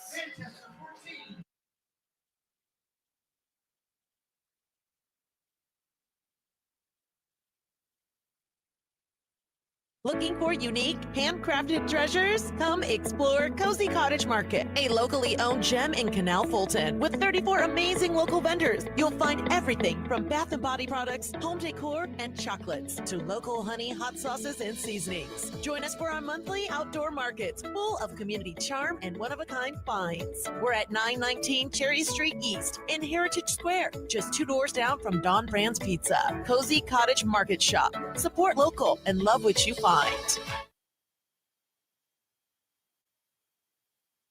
Peace of mind. It's one of the most important benefits that we can offer at Friends and Family Credit Union. Welcome to Family Secure Checking. It offers unrivaled security to protect your everyday finances and purchases, as well as comprehensive identity theft protection and reimbursement coverage, credit file monitoring, benefits for travel, shopping rewards, and cell phone protection that includes repair or replacement for up to 4 phones on your cell phone plan. It's time to bring a friend into the family. At Your Table Cafe and Catering is located in Canal Fulton at 365 Towpath Avenue, Northwest, Suite B. A small business that prides themselves on making quality food from family recipes where everything is, as they say, homemade from the heart. You can enjoy breakfast or lunch at the cafe, or they can cater for your special occasion. You can find them on Facebook, Instagram, or on their website, which is at yourtablecafe.com. Call them at 330-408-7771. Northeast Ohio knows football, and Sarshone Auto Group knows Northeast Ohio. As an official partner of the Cleveland Browns, Sarshone Auto Group serves our community with the best selection and the best service. From Ford, Chevy, Chrysler, Dodge, Jeep, Ram, and more. From the toughest trucks to the SUVs that fit your family. Sarshone Auto Group, an official partner of the Cleveland Browns, and the place where Northeast Ohio comes to drive. Visit sarshone.com. This Saturday afternoon at 2 p.m. on Q92 and the Q92 Sports Network, it's the biggest high school football game of the year. Brought to you by the Sarshone Auto Group. It's the Massillon Tigers traveling to Tom Benson Hall of Fame Stadium to take on their arch rivals, the Canton McKinley Bulldogs. Clint Scroggs, Ryan Keller, and Ryan Bevere will bring you all the action live from the Hall of Fame City. But the action starts early with our special Massillon McKinley pregame show brought to you by Sarda that kicks off at 10 a.m. Hosted by Sam Berkwood and Ryan Keller, live from the Hall of Fame Village and the Gridiron Gastropub. From 10 to 1:45, Sam and Ryan will get you ready for kickoff with an all-star lineup of guests and interviews from Massillon and McKinley legends past and present. Tune in to hear us talk to Canton Mayor William Scheer along with Massillon Mayor Jamie Slutz. We'll also have former Massillon Tiger head coach and current Warren Harding athletic director Rick Shepis, along with former McKinley player and coach Antonio Hall. We'll also be joined by former Massillon Tiger and current Ohio State assistant coach Devin Jordan and former McKinley quarterback and current Chicago Bear Dominique Robinson. Massillon versus McKinley. This Saturday at 2. Coverage starts at 10 a.m. Only on Q92 and streaming live on the Q92 Facebook, YouTube, and X pages. The Q92 Sports Network, your home for the greatest rivalry in high school football. From the newsroom, I'm Jeff Mears with this halftime edition of AM 1310 WDPN News. A freeze warning has been issued for an area including Stark County, in effect from midnight tonight through 9 a.m. tomorrow. The National Weather Service says the region can expect temperatures to fall to as low as 31. Conditions could kill crops and other sensitive vegetation. The complete forecast is on the way. A man accused in a shooting at a North Canton apartment complex has been formally charged by a Stark County grand jury. 38-year-old Brian Francisco of North Canton was indicted on 8 counts of felonious assault and 4 counts of improperly discharging a firearm at or into a habitation. He's also charged with 1 count of inducing panic, 2 counts of criminal damage or endangering, and 12 gun specifications. Francisco is scheduled for arraignment October 31st. He was arrested after the October 9th incident at their Versailles Garden Apartments on Apple Grove Street. Francisco allegedly was shooting through the walls of an apartment when gunfire struck a woman. Police rescued her through a window as the shooting continued. She was taken to Mercy Hospital for treatment of multiple wounds. The victim of a fatal train versus pedestrian accident in Canton has been identified. The Stark County Coroner's Office says 26-year-old Jocelyn Stanley of Canton was struck by a train near the 1200 block of Camden Avenue Southwest Thursday morning. She was taken to Altman Hospital and died shortly thereafter. The cause of death was blunt force trauma. Investigator Tammy Wilkes says Stanley was homeless. The Canton Metro crash team investigated the incident. The Stark Metropolitan Housing Authority has fired its housing voucher director, Becky Vallecchio, citing poor job performance. She ran the Section 8 Housing Choice Voucher Program, which helps low-income residents pay rent. But the agency has been falling short, using only about 1,300 of its more than 1,700 available vouchers and spending just 86% of its federal budget this year, even with a waiting list of 700 people. A review found Vallecchio failed to meet federal requirements and didn't respond to leadership requests. According to the repository, Executive Director Danita Johnson said previously that if misunderstanding about federal reporting deadlines added to the problem, the agency now has until the end of the year to catch up and avoid possible funding cuts. The deadline to close a deal to take Hall of Fame Resort and Entertainment private has been extended to October 31st. An SEC filing shows the buyer and its affiliates also provided another $2 million for general corporate purposes. Hall of Fame Resort entered into a deal with HOFV Holdings in May. HOFV is an affiliate of Industrial Realty Group, which is led by Stuart Lichter, who is also on the resort's board of directors. Shareholders recently approved the agreement that would see the resort merge with Omaha Merger Sub and be a wholly owned subsidiary of HOFV Holdings. The deal has not been approved by creditors, who would exchange notes for equity in the new company this year. A man caught trying to run from Ravenna police has now pleaded guilty to trafficking methamphetamine. 31-year-old Cody Baldwin Neiswanger entered the plea today in Portage County Common Pleas Court. He was stopped on Main Street July 5th when officers found he had an outstanding warrant. Baldwin Neiswanger gave them a fake name and tried to flee but was tracked down by a police canine. A search turned up 27 grams of meth and more than $600 in cash. Baldwin Neiswanger agreed to forfeit the money and will be sentenced after a pre-sentence investigation. More news after this. The Q92 Sports Network brings you more high school football and basketball games than anyone else, by far. But did you know that you can go back and listen to our broadcast again? Simply go to the Q92 radio page on SoundCloud. We posted the games we broadcast for everyone to go back and relive. We have playlists filled with our high school football broadcasts from 2016 to this season. So go to SoundCloud now, follow Q92 Radio, and listen. And thank you for listening to all of our sports broadcasts of high school football and basketball on the Q92 Sports Network. A contractor from East Liverpool is accused of taking thousands of dollars for work he never completed. Court records show 44-year-old Aaron Hook was paid $38,000 up front to remodel a home on Carlisle Road in Lisbon in November 2024, but police say the job was never done. Hook was indicted by a Columbiana County grand jury in June. He was arraigned in August and pleaded not guilty, then failed to appear for an October 8th court hearing. Hook was later arrested by the Columbiana County Sheriff's Office and is due back in court November 14th. A Leetonia man and former school bus driver has been sentenced for secretly watching a 12-year-old girl change in a school locker room. 49-year-old Scott Andre pleaded no contest to a misdemeanor voyeurism charge and was found guilty in Columbiana County Municipal Court Thursday. Judge Tim McNichol ordered Andre to serve 60 days of electronically monitored house arrest, pay a $500 fine, complete 20 hours of community service, and have no contact with the victim. He must also register as a Tier 1 sex offender for 15 years. The incident happened in April 2024.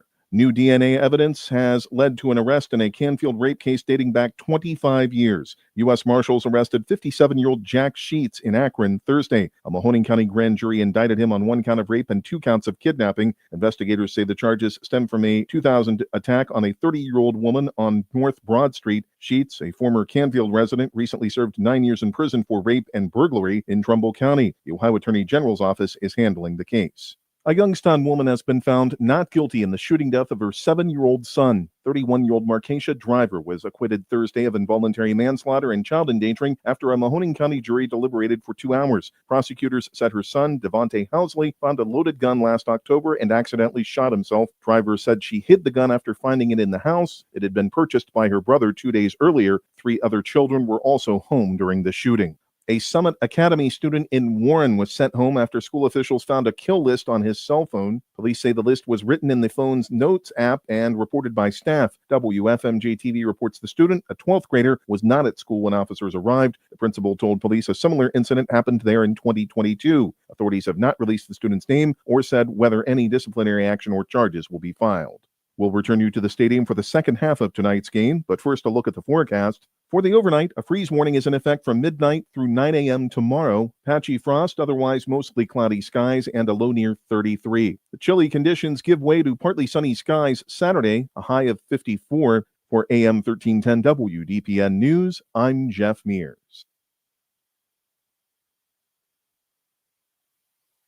Looking for unique, handcrafted treasures? Come explore Cozy Cottage Market, a locally owned gem in Canal Fulton. With 34 amazing local vendors, you'll find everything from bath and body products, home decor, and chocolates to local honey, hot sauces, and seasonings. Join us for our monthly outdoor markets full of community charm and one-of-a-kind finds. We're at 919 Cherry Street East in Heritage Square, just 2 doors down from Don Brand's Pizza. Cozy Cottage Market Shop. Support local and love what you find. RG Drag, Stark County's premier career center, offers programs that prepares its students at the high school level for careers and continued education beyond high school. Upon completion, RG Drag students have an immediate opportunity to obtain a well-paying job in many exciting career fields. We offer everything from culinary, dental assisting, engineering, sports turf and landscape, welding, and so much more. Contact RG Drag to find a program and career that's the perfect fit for you. RG Drag, where careers begin. At Your Table Cafe and Catering is located in Canal Fulton at 365 Towpath Avenue, Northwest, Suite B. A small business that prides themselves on making quality food from family recipes where everything is, as they say, homemade from the heart. You can enjoy breakfast or lunch at the cafe, or they can cater for your special occasion. You can find them on Facebook, Instagram, or on their website, which is at yourtablecafe.com. Call them at 330-408-7771. Northeast Ohio knows football, and Sarshone Auto Group knows Northeast Ohio. As an official partner of the Cleveland Browns, Sarshone Auto Group serves our community with the best selection and the best service. From Ford, Chevy, Chrysler, Dodge, Jeep, Ram, and more. From the toughest trucks to the SUVs that fit your family. Sarshone Auto Group, an official partner of the Cleveland Browns, and the place where Northeast Ohio comes to drive. Visit sarshone.com. This is high school football presented by Sarshone Auto Group on Q92 and the Q92 Sports Network. All right, we are back here at Manchester High School. It is halftime, Manchester 14, Northwest 0. What a first half we've had. We're going to take a look around the area at some scores. Halftime, Alliance 27, Marlington 6. Ryan, I thought that one might be a little bit closer looking at it going into today. Marlington trying to get that big 6-win season, right? And really trying to push. What happened with Marlington is 2 weeks ago they had a star receiver go down, Connor Evidence. Yeah, he broke his forearm, ended up having surgery. He was the biggest weapon they had for them. So not surprised with the score there. Also, you got J.R. Jackson, who was lighting it up right behind Jeremiah Thomas for West Branch. He has over 1,800 yards already for the season. Alliance is trying to play for that first ever Week 11 home game in program history. So they're, putting it on the line. So speaking of West Branch, they're up 14-6 on Salem at halftime. And we're not used to seeing West Branch not having a big lead going into halftime. Mike, and I want to say this, and I hope everybody can hear it. And throughout the state of Ohio is I am very upset. That game used to be a Saturday night game. You used to be able to watch the McKinley-Massillon game, then drive down and watch them play. Somehow they moved it to Friday nights. We're not used to seeing that, like you said, 14-6. But this Salem team right now is hot. And believe it or not, Salem wins tonight. Salem, Alliance, and West Branch become league champs. That is a crazy outcome there, and it's a great ball game out there. So at halftime, Lake 17, Green 10. I expected this one to be close, and especially with DeGeorge coming back for the Blue Streaks. He hasn't played since week 3 after breaking his leg. So it'll be interesting to see what he's done tonight. I really haven't seen the stat line. Green, though, Honka is taking his team, putting them on his shoulders, and pushing the charge each and every week for the Bulldogs. This score shocked me when you just showed me, Ryan. The Worcester and Louisville score. Louisville 50, Worcester nothing. Yeah, that's a huge matchup. Chris Kappas is fighting for playoff rights as well for Louisville, doing a great job in his 30 years head coach there. Ray Leak, a Stark County name, a Marlington grad who took over the Worcester program, is struggling a little bit this year. Some injuries, trying to get his offense, trying to get his defense together, trying to get a whole new program rolling over there for them. So big Stark County rivalry here in the Federal League, at least. Jackson 7, Hoover 6. Jackson blocks the PAT as the last play before going into halftime. So big score there. I know those two schools really don't like each other. I know Jackson crosses out all of the H's everywhere throughout the building, and just they don't even say Hoover's name throughout the week. So it is a big-time rivalry over there. Another Pac-7 game going on. Tuslaw 19, Fairless 14. That one's just wrapping up the first half. You have Malvern 6, East Canton nothing. That one just went into halftime also. So a lot of big games and a lot of time left on these clocks. Lots and lots of games have big implications here in Week 10. And I feel like it's more than normal, Ryan. You're right. It's Week 10. There's a lot going on in the Ohio High School Athletic Association world. Yesterday we found out, you actually showed it to me, the forfeits, the cancellations being forfeits. We still don't know what's going on officially with that yet, but that could shake up the playoffs. Week 8, Week 10 here, in the Pac-7 at least. I just seen Triway is up 14 to Orville 0 at half, and I believe if Northwest loses tonight and Triway wins, I believe Triway is the outright Pac-7 champion. Yeah, if I'm not mistaken, and looking at everything there, I believe you are right. So that is a roundup around the scores in our area. We are going to step aside and take a break. We'll be back to sum up the first half after this.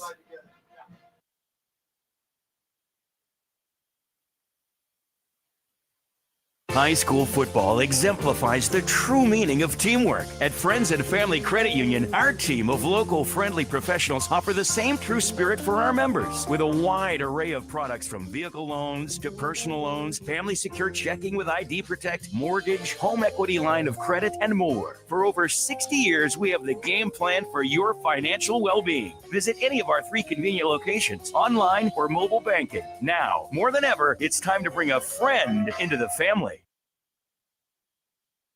RG Drag, Stark County's premier career center, offers programs that prepares its students at the high school level for careers and continued education beyond high school. Upon completion, RG Drag students have an immediate opportunity to obtain a well-paying job in many exciting career fields. We offer everything from culinary, dental assisting, engineering, sports turf and landscape, welding, and so much more. Contact RG Drag to find a program and career that's the perfect fit for you. RG Drag, where careers begin. Looking for unique, handcrafted treasures? Come explore Cozy Cottage Market, a locally owned gem in Canal Fulton with 34 amazing local vendors. You'll find everything from bath and body products, home decor, and chocolates to local honey, hot sauces, and seasonings. Join us for our monthly outdoor markets full of community charm and one-of-a-kind finds. We're at 919 Cherry Street East in Heritage Square, just 2 doors down from Don Brand's Pizza. Cozy Cottage Market Shop. Support local and love what you find. Northeast Ohio knows football, and Sarshone Auto Group knows Northeast Ohio. As an official partner of the Cleveland Browns, Sarshone Auto Group serves our community with the best selection and the best service. From Ford, Chevy, Chrysler, Dodge, Jeep, Ram, and more. From the toughest trucks to the SUVs that fit your family. Sarshone Auto Group, an official partner of the Cleveland Browns, and the place where Northeast Ohio comes to drive. Visit sarshone.com. You're listening to High School Football presented by Sarshone Auto Group on the Q92 Sports Network. All right, so we are back here at halftime. Manchester scores 14-0. The Panthers have the lead. Ryan, kind of an interesting first half. First quarter was back and forth, kind of each team feeling each other out, seeing what they can get away with, who can get the big stop. And then Manchester getting the ball to start that second quarter and just move themselves down the field and had a big run there by, so far, I would think the player of the game is number 5, Phil Parton, running all over this Indians defense. Yeah, Mike, I agree with you completely there. The first half, I would say, Phil Parton had probably over 100 yards, 2 touchdowns. And, the drive that impresses me the most was the second drive where the Panthers offense was backed up on their goal line, and Pappas took control of that game. I talked to Kevin Stacy. He said, Pappas is always the first guy in the field. He shows up to practice not an hour before, but 30 minutes before anybody else does all his pregame warm-up, stays an hour to 2 hours after practice, and it shows because being backed up in the end zone, he stepped up, was a leader, put a couple passes together, and then handed the ball off to Parton for about, and I think it was an 86-yard touchdown. And big thing is in that drive, the first touchdown for Manchester is that 50-yard patent run, and we're going to take a listen to it now. Shotgun formation for Pappas. Parton to his right, hand off to Parton to the left. Trying to get to the outside, has a little bit of room to run. He is at the 40, the 30, the 20, the 10, 5, and he has gone all the way into the end zone. Touchdown, Manchester. So a big run by Manchester to be the first ones on the board. They come out, their defense gets a big stop, and they are right back at it again and hand it off once again to number 5. Snap is back. Hand off to Parton, trying to get up the middle, has room to run. He breaks it. He's at the 50, the 40, the 30. Allman in pursuit, 20, 10, 5, and it is touchdown Manchester. And that pretty much sums up all the scoring here in the first half. It's been the Phil Parton show. Pappas doing a nice job on that Manchester offense also. Like you were saying, he is controlling his team, this field, and just reading what the defense is giving him and taking it. And, Mike, the Manchester, they're doing a great job. The stats for Northwest are not going to be that great right now. Every offensive drive they have with positive yards is honestly playing makeup for the drives beforehand, just because they got a lot of negative yards going this way. Offensively, they've not been able to put anything together. Nothing's been able to stick. I keep mentioning it just because how important it is. It is week 10. Now, in the world of coaching, you usually get 3 films and you exchange. But week 10, all these guys know each other. It's a brotherhood. Coaching is a brotherhood. Sometimes you get all the games just by who you know. And if everything's on film, you got nothing else to hide because it's week 10. You're not trying to do anything cool. You're not trying to find anything that you haven't done before. You're getting ready for the playoffs and hopefully a first round bye, or waiting to see what you're going to do in the playoffs, because next week starts 0-0. It does. And what's big is that Northwest gets the ball to start this half, and which is something we've seen most of the season for them so far in the last 5 games, is that when they come out in that third quarter, they really set the tone for the game and try to push and drive and usually find the end zone. It'll be interesting to see what adjustments Coach DeMarco has made for his team, especially with Venables. He doesn't have a whole lot of time in that pocket. That Manchester front 7, that line is collapsing, and they're getting a huge push, and he has nowhere to go. You know, and that's one thing that me and John and DeMarco talked about was pregame, was this defensive line, the front 7 for Manchester, he said was probably the biggest and toughest and physical and disciplined front 7 they've seen all year. And I tell you what, he's 100% correct, because we're seeing offensive linemen getting pushed back instead of pushed forward like we have seen in weeks past. So both teams are coming out here to start the second half. Like I said, Northwest will get the ball first. Back deep is Almond and Medor. Higgin is going to be set to kick this one away for Manchester. Now, I will take you back, though, and the listeners back to last year. Last year's game, we've seen the same exact thing happen, but it was flipped. Northwest was controlling the game. Northwest was doing this. And then the Manchester Panthers came back, being down 19 points, took the game into overtime and won. So I'm not saying we're going to see it here tonight, but there is a chance. Don't jinx it with overtime, Ryan. We don't say those words beforehand. All right, so Manchester set to kick it off. The ball is teed up. Second half of week 10, and the ball is going to be up. Medor is back to try to get that one. He is just going to let that roll into the end zone for a touchback. And Northwest will take over, ball on the 20-yard line, 1st and 10. So this stout Manchester defense is going to come out and try to set the tone. And they have to realize that Northwest is a second-half team. Oh, 100%. And, you know, we talked about it, last week. Almost the same situation.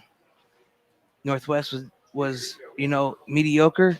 They got the ball in the third quarter, and Joey Medor just marched down that field for a touchdown. So Almond in motion. Snap is back. Venable's going to roll out to his left. Receiver fell down. Nowhere to go. He is just going to throw it away. And there's a flag on the play.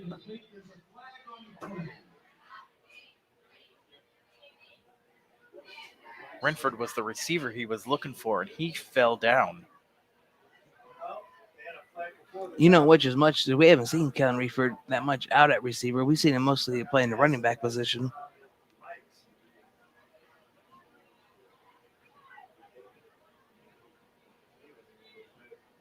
I did. You did? Did I get lost? So it is a legal shift in the offense. 5-yard penalty. It's going to replay first down. So shotgun formation. Snap is back. Quick pitch to Medor. Medor makes one man miss. He is up and he is driving. And is about a 10-yard gain for Northwest. And that's not really a play we have seen Northwest run yet this season. No, and it's, one of those coaching adjustments that, this is what the defense is giving you. We talked about nothing new, but unfortunately, the defense is showing you something. You better adjust to it, and you better do something quick. So empty backfield. Venable's the only one in the backfield. Almond in motion. Going to run that jet sweep. Nowhere to go. He's going to reverse field. Venables is going to be his lead blocker. He has a first down, and he's just going to step out of bounds. So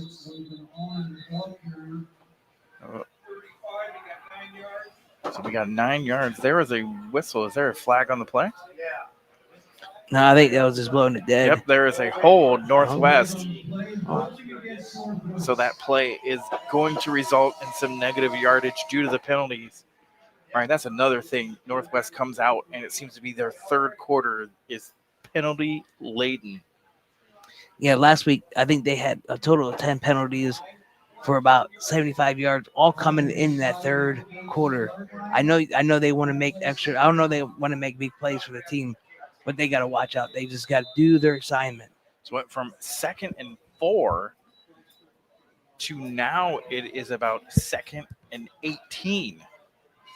Ball on the 14-yard line. Venables shotgun formation. Medor to his right. Snap is back.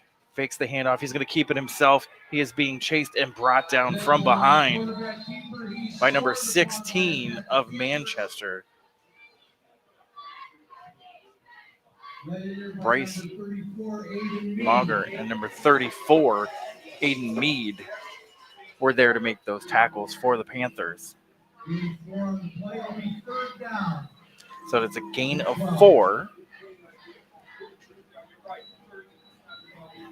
3rd down and 12. It's been a big issue for Northwest having those long yardage 3rd downs here. Shotgun formation. Snap is back. Venables looking to throw. Blitz is coming. He has to step off. There is nowhere to go. That pocket collapsed, and he is going to be sacked.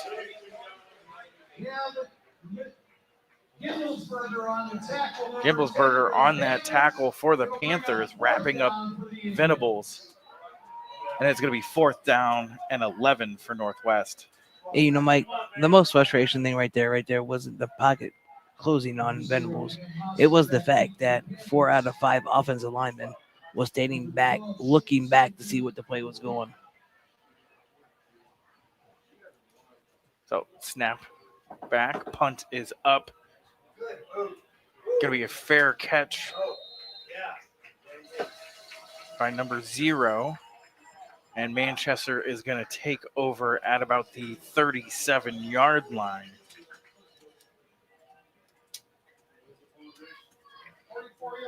This will be their first offensive drive this second half of the ball game. The last 3 offensive drives they've had all resulted in a punt. So that was a 44-yard punt by Northwest. Garber able to get a foot into that one.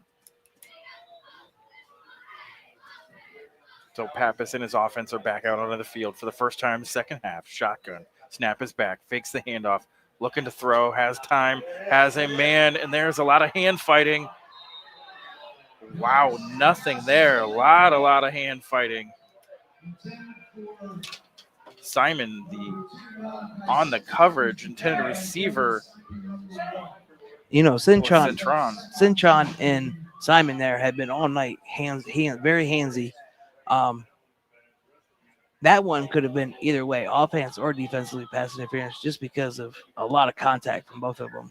And you know, the coaching staff is giving the ref the business on this sideline as he was trying to get his play in. So Manchester has 2nd and 10. Pappas in the shotgun formation. Handoff up the middle. Breaks one tackle, bounces it outside. He is at the 50-yard line, and he is shoved out of bounds at the Northwest 45-yard line. Phil Parton able to run up and down the field there. You know, and that's the one thing. And I don't know if it's the side he feels comfortable with running to, or if they see something on the defensive line or that linebacker or the secondary. But Phil Parton is running as 95% runs right now to the Northwest sideline. They are running away from Connor Stevenson. Now he's flipping sides this play. So shotgun formation, man in motion. Snap is back. Handoff up to 34 Mead. He's got about 2 yards on the play before he is brought down by Stevenson.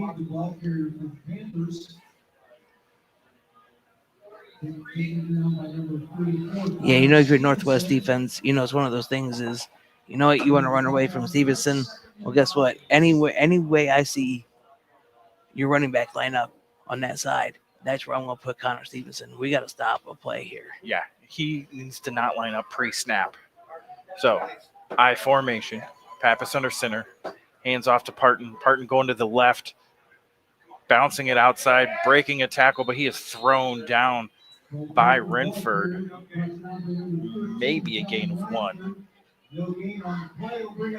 So nope, ball is spotted with no gain. That brings up 3rd and 8.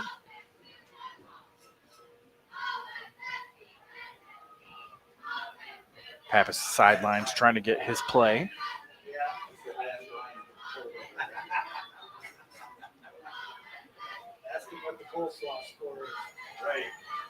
So Pappas in the shotgun. 2 backs, 1 to his right and left. Twins to his left. Man in motion. Snap is back. Looking to throw. Has a man over the middle and just overthrows him. Pass intended for Lance, number 15. Lazarus on the coverage. Also with Almond there coming over. Other than their first quarter with that 770-yard, 7 plays, 80-yard drive, a touchdown with Foreman, their throwing game has really not been there tonight.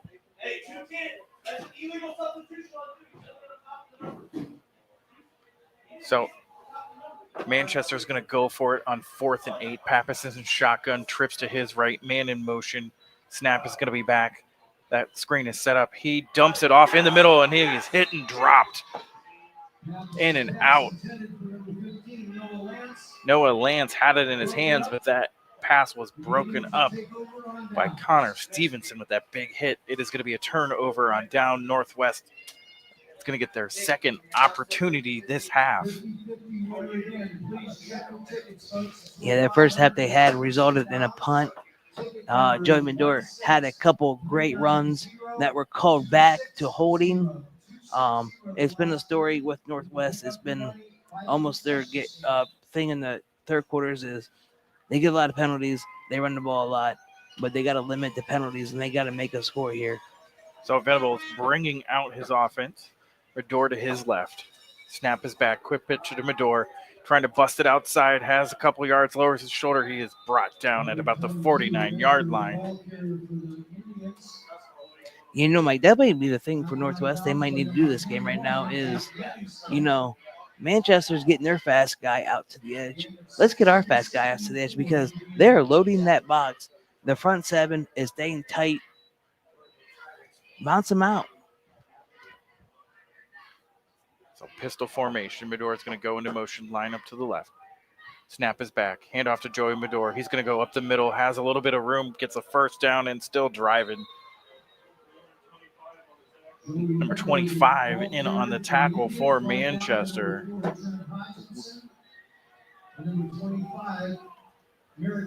Merrick Baker there to bring him down, but that is enough for a first down for Northwest. Quick score update in the Pac-7. Hunter Dean with a 20-yard TD catch for Fairless. Fairless 21, Tuslaw 19. Snap is back. Blitz is coming. Going to hand off to Joey Medor to his right-hand side. He is tripped up and gets about maybe 4 on the play.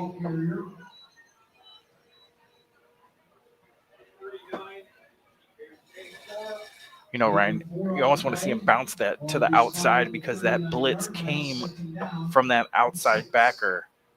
Yeah, I was getting ready to say Blaze Johnson came in there blazing through that offensive line.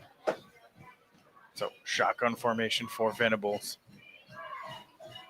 Snap is back. Quick pitch to Medor to the left-hand side. He is going to run and get about maybe 3 on the play.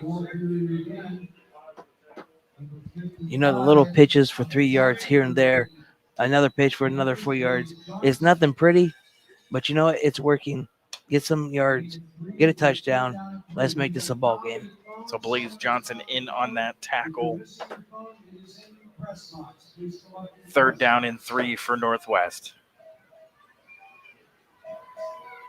Snap is back. Hand off to Medor up the middle. He has a hole and first down. Number 8 making a touchdown saving tackle there is Donatel. So it's first down Indians and driving. Yeah, Joey Mandor doing a great job lowering his shoulder, keeping his feet going, and driving, putting the team on his back. Snap is back. Hand off to Medor. There's a flag on the play. It is in the area of like the receiver. Yep, they're going to say offsides. He goes right there, that line judge. So they're going to call that a false start. You know, it's one of those things, too, as a receiver. You know, you got two jobs. Try to catch the ball. And most importantly, when you go to the side, check with your referee. Tell him if you're on or off. Because 95% of the time, those referees are going to tell you, move up, back up before the snap. So that is going to push back to 1st and 15 for the Indians. Venables, shotgun formation. Medor to his left. Snap is back. Quick pitch to Medor to the left-hand side. Has a hole. And he is going to get about 3, maybe 4 yards on the play. Medor doing a nice job of bringing that pitch in. That pitch was high, a little bit out of his reach, but able to snag it. And Medor's doing a great job out here. He's, pedal to the metal, trying to get his players some yardage, trying to get a score. So it is 2nd and 12. Ball on the 29-yard line. Snap is back. Looking to throw. Trying to go deep to Almond. And it is incomplete. Batted down. Almond slow to get up there. By number 0, Cam Hostler. Hostler, man, able to get a hand in there and knock that ball away. What a big hand to get in there, preventing them from score. And now you got 3rd down, 3rd and long.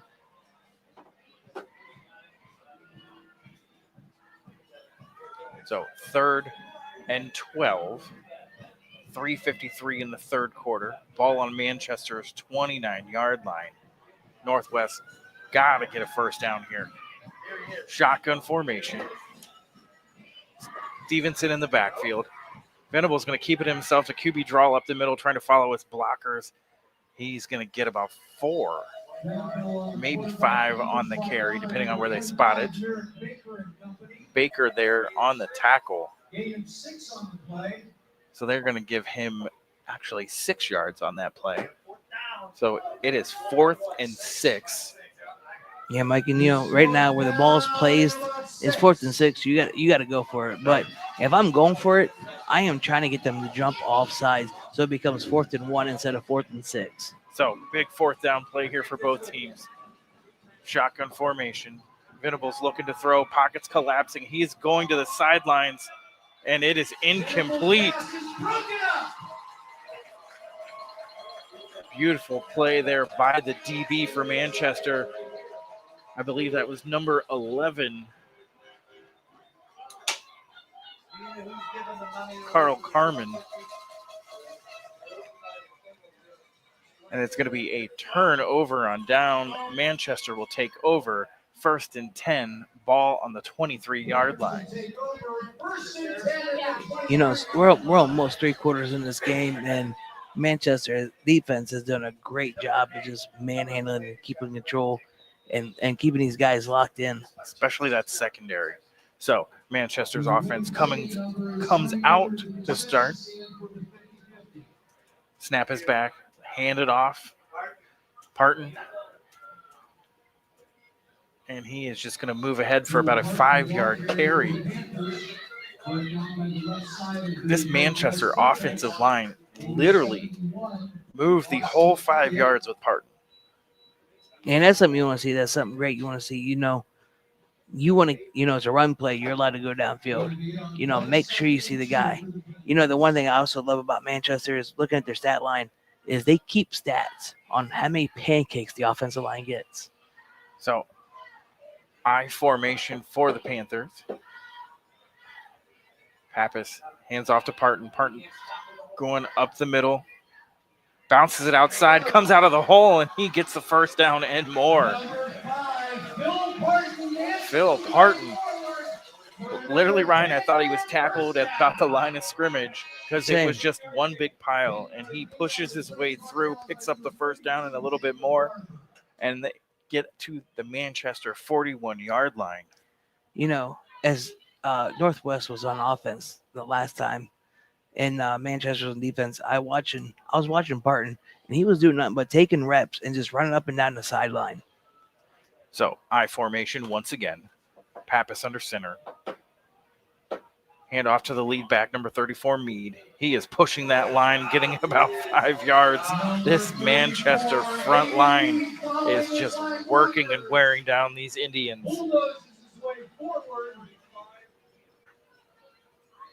Gain of 4 on the play brings up 2nd and 6. So it is actually 2nd and 6, gain of 4. Ball just short of the 45-yard line.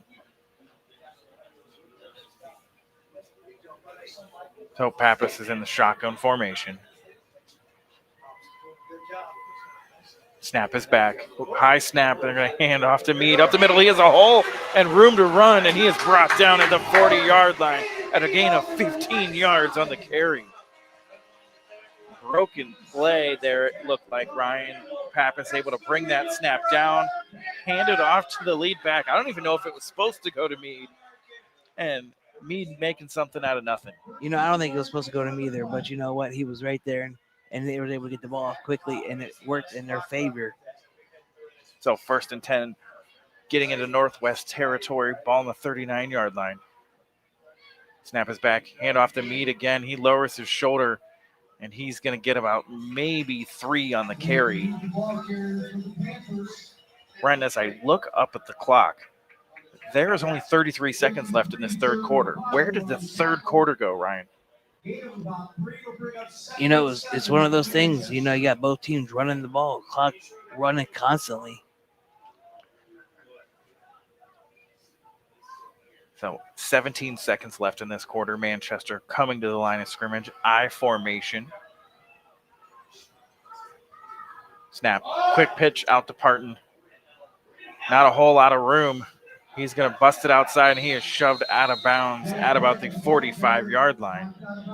1 second left to go in the third quarter. All that work for a gain of 1. 3rd and 6. You know,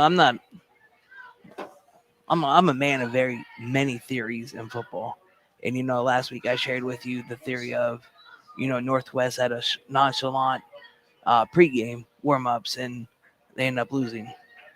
Today, down there on the field, watching the players interact, they had a hard time tackling down there. So, I formation, 1 second left to go in this quarter. Fakes the handoff. Pappas is going to pass. It is overthrown and incomplete. Intended receiver was number 2. Now Malachi Cintron. So that'll end the third quarter here with the score 14-0 still. Manchester with the lead. Ryan, it was a quick third quarter, but nothing really seems to be working for Northwest here. They're doing a decent job defensively, especially covering the pass, but they are really struggling inside. When Manchester wants to run in between the gaps and in between the tackles, they are struggling. So the hardest thing right now on defense for them is the run game, like you said. Now, what do you do for that?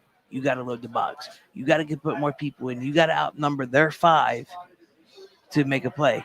Now, you might get beat in the pass, but right now, that run is killing you. You need to worry about that run. You need to stop it, then worry about everything else in between. You know, and Simon has done a really nice job against Cintron. So you almost want to let that be one-on-one coverage and roll that extra safety into the box to give some help. Yeah, I'd be rolling a linebacker up, and you know, knowing Northwest, I've coached with the Northwest guy. They call their roll-up guys spurs. So I would roll my spur up almost as a QB spy / watch the running back. So it is.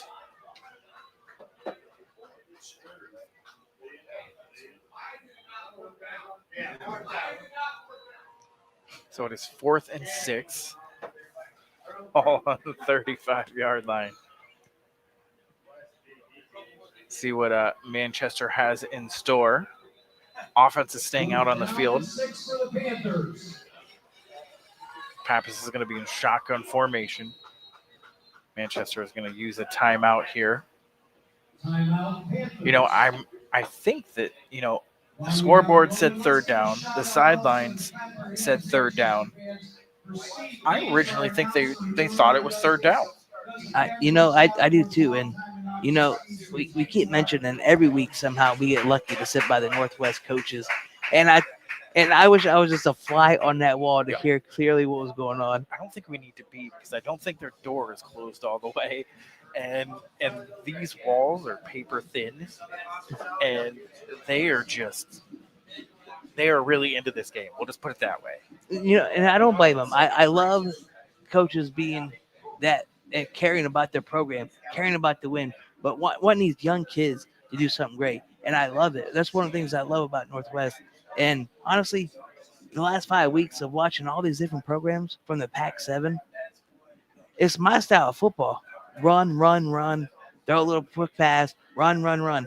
That is old school football, and that's what gets me the most excited about football. So Manchester talking it over, Northwest out there waiting.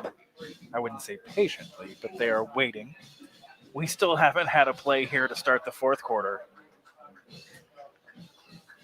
End of 3 over in green, Lake 24, green 20. Oh, that's a good one.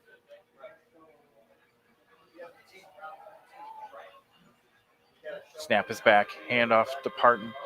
Nope. Handoff to the lead back. I'm sorry, Mead. It's going to be a turnover downs.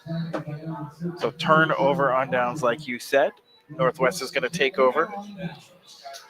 Tuslaw just scored to make it 26-21 going into the fourth quarter over there, Ryan. Another great Pac-7 matchup. I talked about last week how Tuslaw was not a 3-16 on paper. That's what they are on paper, but that's not what they are in real life. They're same with Fairless. So Northwest coming in. Venables has an empty backfield. Allman in motion, going for that jet sweep. It almost looks like he's trying to throw. He hesitates, and he gets maybe 2. 56 able to get in there on that tackle for Manchester. And that's one of the hard things is I'm going to say it's a read play, and he's trying to read that end. But when you're reading, you can't take that long. You got a few seconds, and you got to make a decision. You got to stick to that decision. So Northwest taking their time. One here in the fourth quarter, down by 2. West Branch 21, Salem 13 going into the fourth quarter. Oh, wow. Shotgun formation. Snap is back. Quick pitch. And, man, Medor slips and falls. If you're the Northwest offenses, you got to get something going, and you can't take your time. You have 11 minutes left of regular season football. You got to start putting things together. You got to get out a score because, believe it or not, this is going to roll into next week. It is, and Northwest has not had a game where they've lost 2 in a row. And their offense is struggling to get things going here. So, shotgun formation. Blitz coming. Gonna roll out. Throws it. Has a man at the sticks. First down.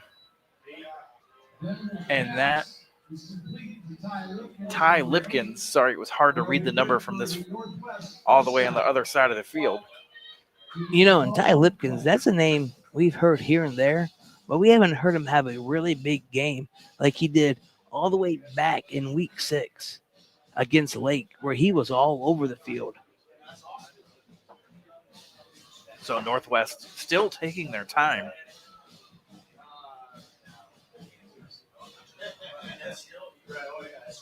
So shotgun formation once again. Medor in the backfield with Venables. Quick pitch out to the right-hand side. Gain of maybe 1. Manchester has seen this play and is ready for it now after they've run it a bunch of times.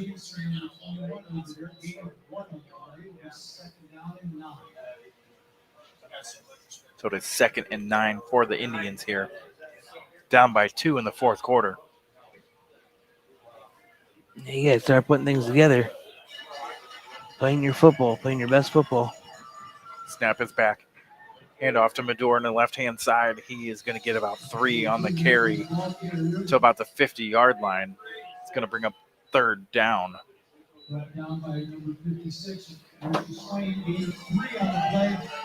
Swain in on the tackle. It's funny, right? I think Swain's family is like right in front of us because every time they call his name, it is loud in front of us. Oh, yeah. So it is a big 3rd and 6 here for Northwest.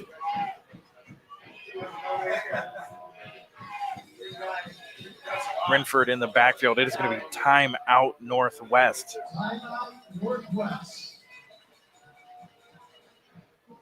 So Northwest seeing something they didn't like, calling that timeout. Now, as they're in the timeout, we got a little time here. We can talk about the playoffs, which is coming up next week. Drew Pastor's website, Fantastic 50, which is a great website for Ohio high school football. Win or lose tonight, Northwest has already clinched a spot for the playoffs. Win or lose tonight, they have a 98% chance of hosting a Week 11 game. And right now, it looks like Hubbard is going to be their opponent. And, that's a tough opponent, I think, to draw in the first round. Only big thing is that Hubbard has that far travel to get here on a Friday night. But you want to see Northwest put something together here. Really get a drive going. This Manchester team has been up for it all night, giving the Indians all they can handle. So Almond in motion. Hand off to Stevenson up the middle. He lowers his shoulder, trying to fall forward for the first down. It is going to be close, Ryan, but I think they're going to mark him short. Yeah, I think they came up just a little bit short there. So they were calling 4th down, 4th and about 1.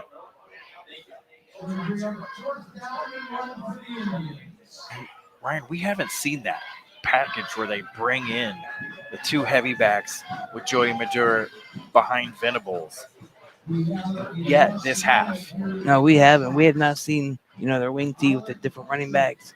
And it could be just they're trying to find things that work.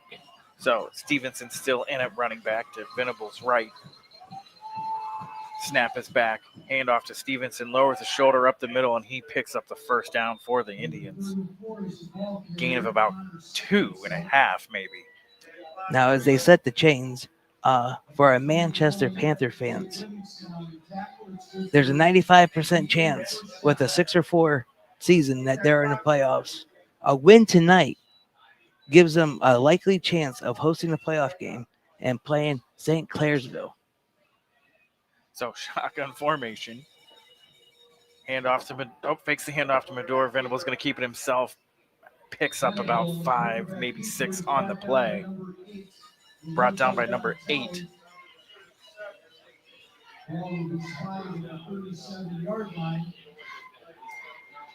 Ball's going to be spotted on the 37-yard line. So 2nd and 5 for the Indians.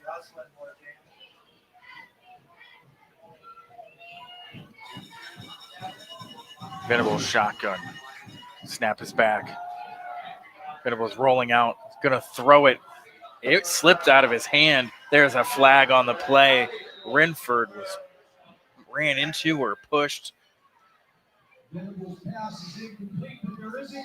After a long night, a long 4 quarters of watching these receivers and DBs battle back and forth, we finally get to see what a pass interference is going to be called. And it is when you trip the receiver and make him go to the floor as the ball is coming to him.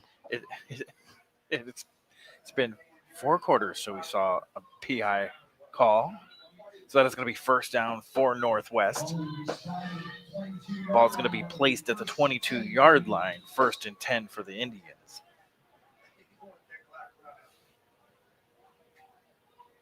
$7:23 here left in this ball game. You said 7:23. They're in punching zone. They got to get in. This is the furthest they've been all evening. Venables pump fakes, looking to throw, has a man, and it is caught in the end zone. Number 8 for the touchdown to Northwest. Ty Lipkins finally finding the Indians a touchdown here. And that's what they needed. We just got done talking about a quarter and a half ago about we have not heard much from Ty Lipkins like we have in the late game. Now it is time right now. Rivalry week. Let's go 7-3. Let's get him involved. Let's make something happen. So Shantz in to attempt the extra point. Had some struggles the last few weeks with kicking. Snap is back, hold is down, kick is up, and it is through the uprights. So good extra point there. It gets the Indians on the board with 7:15 left to go here in this ball game. 7-14. 7-14 ball game. It is finally where it needs to be. They just announced over the loudspeaker that it was a 6-yard drive for 66 yards. Doing a great job of sticking to who Northwest is and not trying to let anybody bully them out of what their game plans is. Downside of that is a lot of clock has been wasted. Manchester's going to come out on offense. We already know they're going to run the ball. So there's a good chance a lot of good portion of the time will be taken away here. So they need as quickly as they can, they need a 3-and-out here to keep this into the ball game. So Northwest coming out to kick this one off.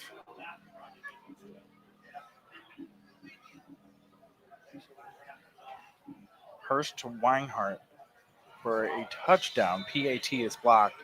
West Branch 27, Salem 13. That was a 94-yard drive for West Branch. So, kick is up.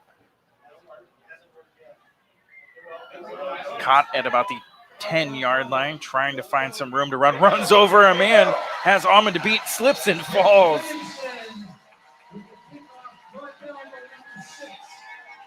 So Livingston lowering the boom, but finally brought down by Logan Almond. That was one of those plays that makes you go, ooh, in the stands. It was definitely. And, for Almond, I think it was lucky that Livingston slipped, because I think Livingston would have beat him to the inside. Yeah, it looked like a couple more yards. It looked like he tried to cut back and slipped just a little bit. So Pappas shotgun formation, snap is back, handoff to Parton. And he is brought down at about the line of scrimmage. Nice job by that front of Northwest. Now, I know you mentioned the West Branch scored a few seconds ago as they set the ball and they get in the huddle. The Northwest team, they have to watch out because Salem is in Region 13, in your region, and could play them later on in the playoffs if they both make it. And this Salem team is a whole different team than we've seen beginning of the season. So, I formation for Manchester. Parton the deep back, hand off to Parton. It's going to follow his blockers up the middle, and he is going to be brought down after about a gain of 3 on the play. Score update, Hoover 28, Jackson 7, fourth quarter. 3rd and 6 for Manchester. Now this is what the Lions needed. It's 3rd and 5. Only a minute so far has rolled off that clock for them. This is a stop they need right now to keep going. So Pappas bringing in the play from the sidelines. 3rd down. 5:50 left to go here in the game. Snap is back. Fakes the handoff. Going to throw. Nowhere to go. He's going to try to keep it himself. There's a flag on the play, but he is sacked. Renford able to get in there and bring him down. We're going to get a hold on Manchester.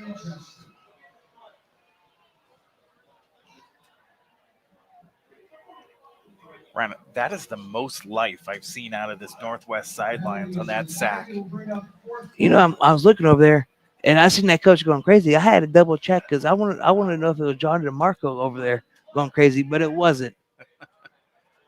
Now they did get a holding penalty. Northwest declined it. It is 4th and 5 still. They're going to punt the ball. And like I said, only a minute 20 has only rolled off that clock. So good time clock management there for Northwest. So punt is off the side of his foot. It is going to hit about the 45-yard line and caught.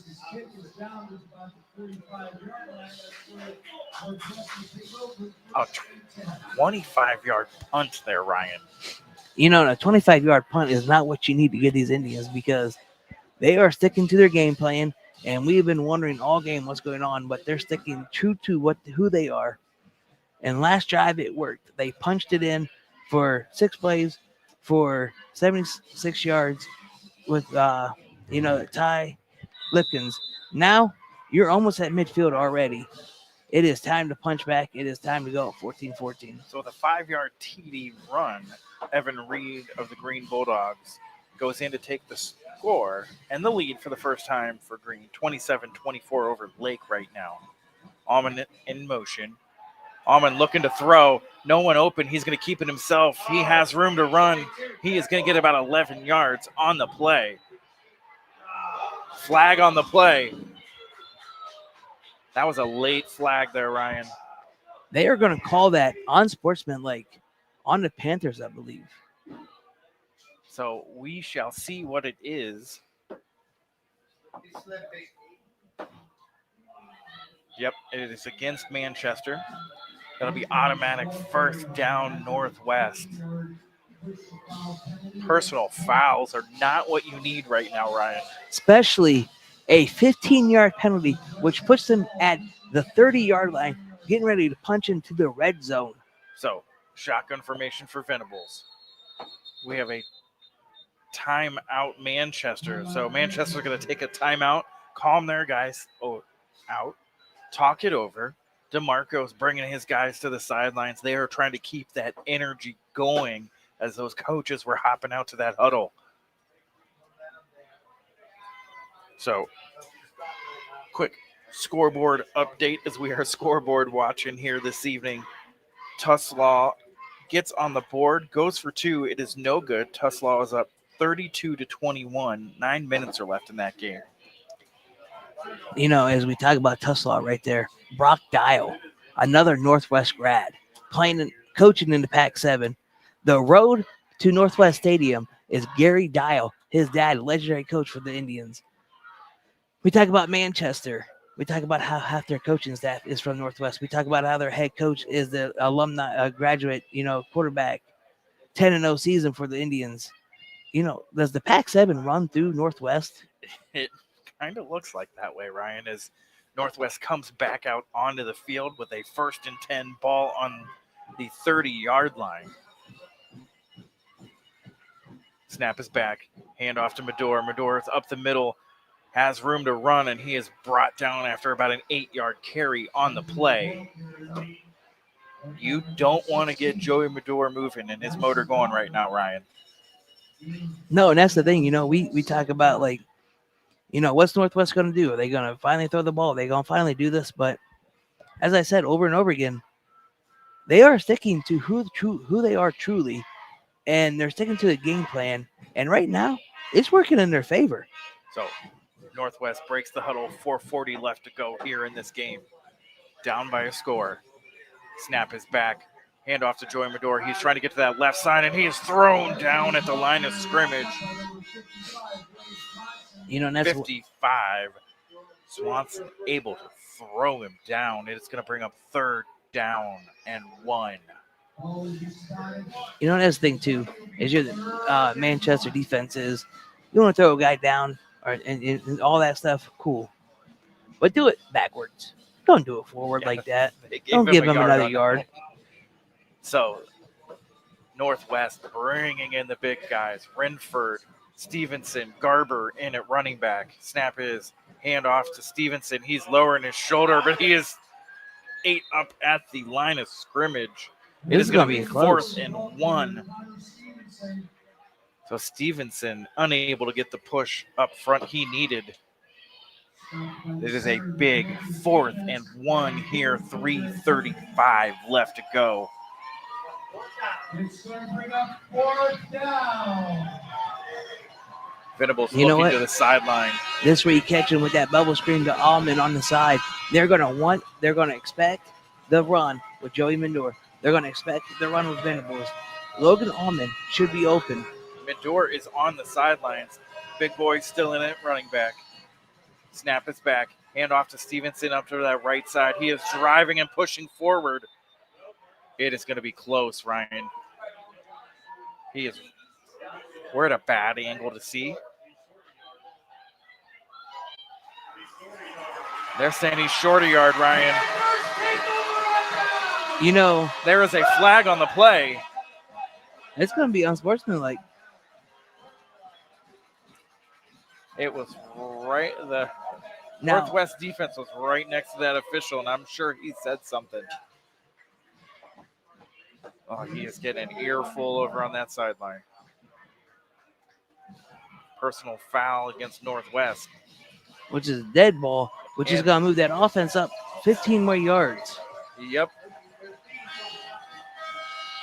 So big mistake there by the Northwest Indians after they failed to pick up that first down. Right, I'm interested why they went to the same exact play they ran on 3rd down to try to get that first down. I'm telling you, they had that box loaded. There was more than 8 guys in that box. You had to dump it out to your wheel route to Logan Allman. So Panthers going to take over. They're in the I formation. Snap. Hand off to Parton. Parton's got room to run, and he is off to the races. 40-yard line. One man to beat. He beats him 20, 10. He takes it all the way to the house. One play, one big touchdown. Phil Parton. Panther touchdown to seal the deal for the evening. Welcome to the Phil Parton Show. 65-yard touchdown run for the Panthers.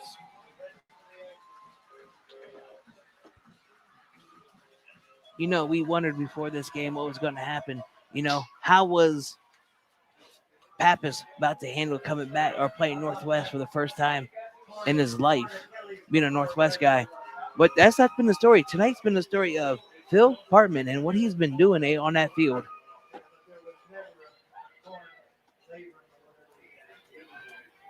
So Manchester set to attempt the extra point. Snap is back. Hold is down. Kick is up, and it is through the uprights. That's going to make it 21-7. Manchester with the lead with 2:49 left to go. Manchester 21, Northwest 7. That was a 65-yard touchdown run. One play, one snap, 65 yards to the house for Phil Hartman. This guy is running north and south all over this Northwest defense right now. All 3 touchdowns. So over 150 yards rushing. This guy is tearing it up tonight. Northwest has to come out and do something here on offense. Allman and Medor back deep for the Indians.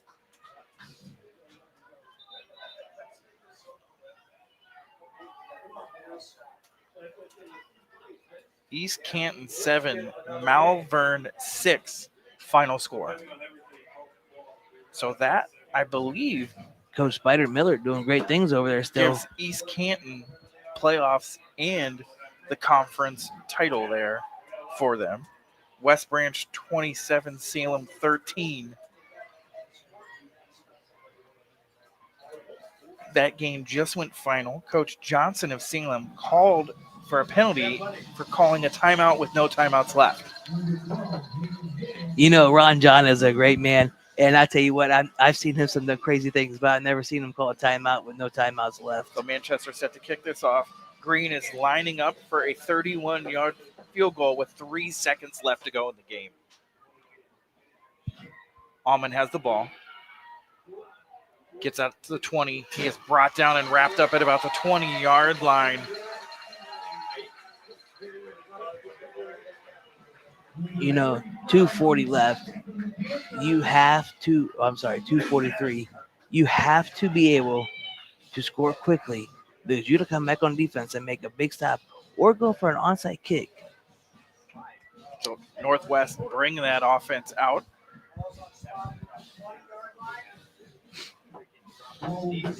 Manchester has an injured player they're trying to get off the field. So we have an official's timeout.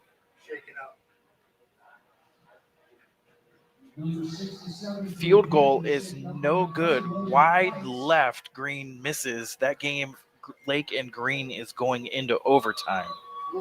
What a game. And like you said earlier, I want to know the stat line. I want to know how Tyler George is coming back from that injury. Snap is back. Venables rolling out. Has a man on the sidelines. Catches it and is trying to get some more yards out of it. Ryan, you almost want to catch that and get out of bounds. Hey, you got to get out of bounds. You know, right close to the sidelines. We talked about it earlier in the game. Quit dancing. North and south only. So Lazarus picked up the 6-yard reception from Venables. Hurry up offense, 2:19 to go. Snap is back. Venables looking to throw. He is going to step up in the pocket, trying to run, and he is brought down for the sack at the line of scrimmage. Number 10 with the big sack by Manchester. 2 minutes left in the ball game. 1:57 left to go. A sack is not what you want to take right there, Ryan. No, a sack's not what you want to take. And it's making the clock run. You're running out of time. So, looking, has a man, caught it. 6 and 8 with the reception there. Donatelli there on the tackle.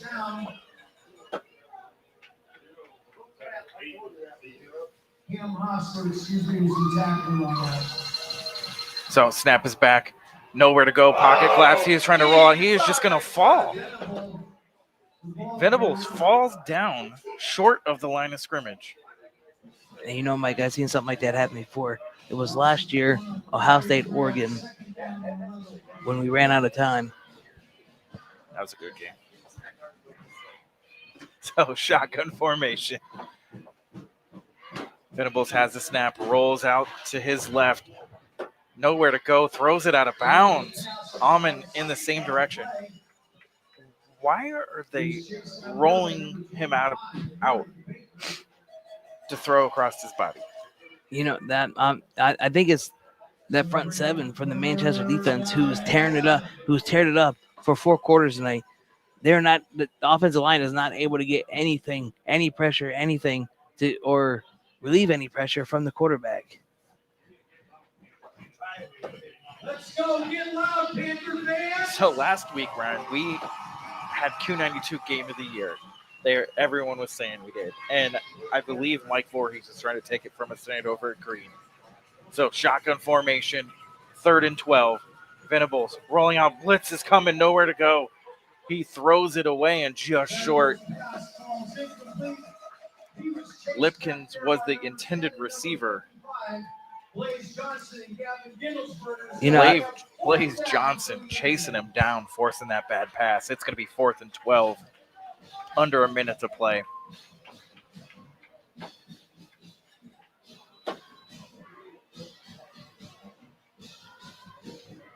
It is 4th down.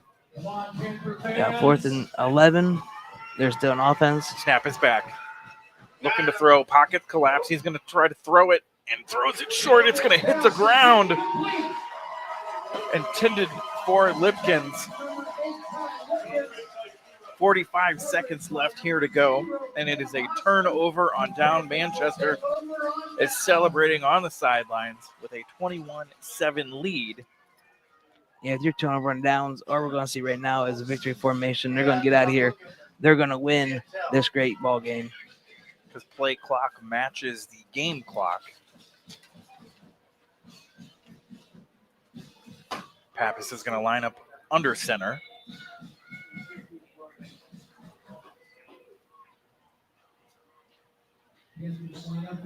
Snap is back. Knee is down. Clock is going to start running. Players are getting a have to be separated here. So Manchester needs to run one more play. They are pulling out the Northwest player who's getting a little bit of mouth in kid's face. Victory formation. Pappas takes the knee. 14 seconds left here to go in the ball game, and Manchester is lining up for the victory. Final score here, Manchester 21, Northwest 7. That is the final here in week 10. We will be back to wrap up the game right after this.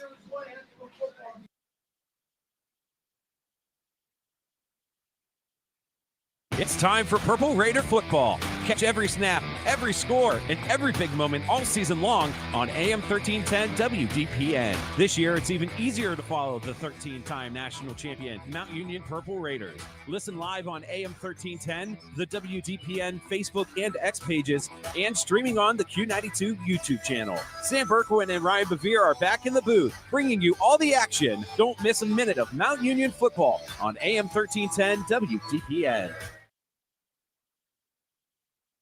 Missed the big game? Don't worry, Q92 has you covered. Check out our SoundCloud page where you can relive every exciting moment. From high school football, basketball, baseball, and softball to Mount Union football and basketball, we've got it all. That's every broadcast from this season, and even classics going all the way back to 2016. Follow Q92 Radio on SoundCloud and never miss a play, a call, or the thrill of the game. Q92 Radio on SoundCloud, your home for every game, every season. You're listening to High School Football presented by Sarshone Auto Group on the Q92 Sports Network.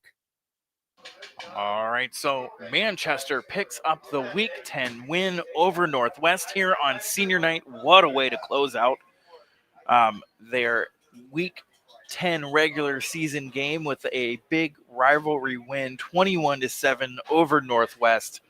We had ourselves literally a really good ball game put together by Manchester. They had a great game plan. Phil Parton runs wild all over the Northwest defense. He had a 50-yard touchdown run. He had a 70-yard touchdown run and a 65-yard touchdown run this evening. On top of that, many 20-yard runs, just able to do whatever he wanted. And that front seven of Manchester, both sides of the ball really putting together a game, getting a big push, really making Northwest work for what they at least had. Northwest put together one nice drive, able to pick up a touchdown. Pass was from Venables to Lipkins for about a 30-yard touchdown pass. Just what a great win for Manchester. Hopefully this propels them up a little bit here in the playoff standings. And pushes them forward to get a good matchup. Northwest, they're still on the bubble here on if they're going to host a game or not. They got to be scoreboard watching to see if they're going to win the Pac-7, to see what Triway does. But once again, it is 21-7 here. We're going to look around the league at the scoreboard here before we close out for the evening. So, in the Pac-7, Tuslaw 39, Fairless 21. And it looks like first Pac win since 2022, first Blue Cup win since 2018 for Tuslaw. So Tuslaw able to pull that one out. Green scores first possession, first play of overtime. Hunkla with a touchdown run. That score is 34-27. Green with the lead there. Lake's going to get a chance to try to score. West Branch gets the win over Salem, 27-13. East Canton 7, Malvern 6. What a ball game over there. Score is 35. Hoover, Jackson 14. Under 3 minutes left to go in the fourth quarter over there. Let's see if we can get, and that's all the scores we have in so far. What a season so far. Week 10 playoffs start next week, so everyone's record is out the door. It's going to be 0-0. But before we get there, tomorrow night or tomorrow afternoon, we have one of the biggest games in the state of Ohio, McKinley versus Massillon. You might want to check in for that. Q92 will be there. They have a great pregame show. So make sure you check in for that. And then that evening, playoff rankings should be set in stone. So you might want to check out Joe Itel or a couple of the other websites there. So final here tonight is Manchester 21, Northwest 7. It has been a great regular season here for Q92 Sports Network presented by Charshone Auto Group. Hopefully you guys had a great evening. Thanks for tuning in. Once again, I'm Mike Dixon, joined by Ryan Rowland. You have a great weekend.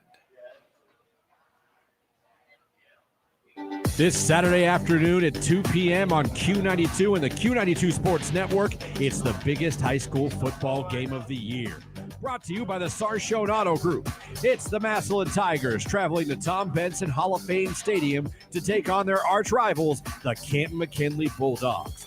Clint Scroggs, Ryan Keller, and Ryan Bevere will bring you all the action live from the Hall of Fame City. But the action starts early with our special Massillon McKinley pregame show brought to you by SARTA that kicks off at 10 a.m. Hosted by Sam Berkwood and Ryan Keller, live from the Hall of Fame Village and the Gridiron Gastropub. From 10 to 1:45, Sam and Ryan will get you ready for kickoff with an all-star lineup of guests and interviews from Massillon and McKinley legends past and present. Tune in to hear us talk to Canton Mayor William Shear along with Massillon Mayor Jamie Slutz. We'll also have former Massillon Tiger head coach and current Warren Harding athletic director Rick Shepis, along with former McKinley player and coach Antonio Hall. We'll also be joined by former Massillon Tiger and current Ohio State assistant coach Devin Jordan and former McKinley quarterback and current Chicago Bear Dominique Robinson. Massillon versus McKinley. This Saturday at 2. Coverage starts at 10 a.m. Only on Q92 and streaming live on the Q92 Facebook, YouTube, and X pages. The Q92 Sports Network, your home for the greatest rivalry in high school football.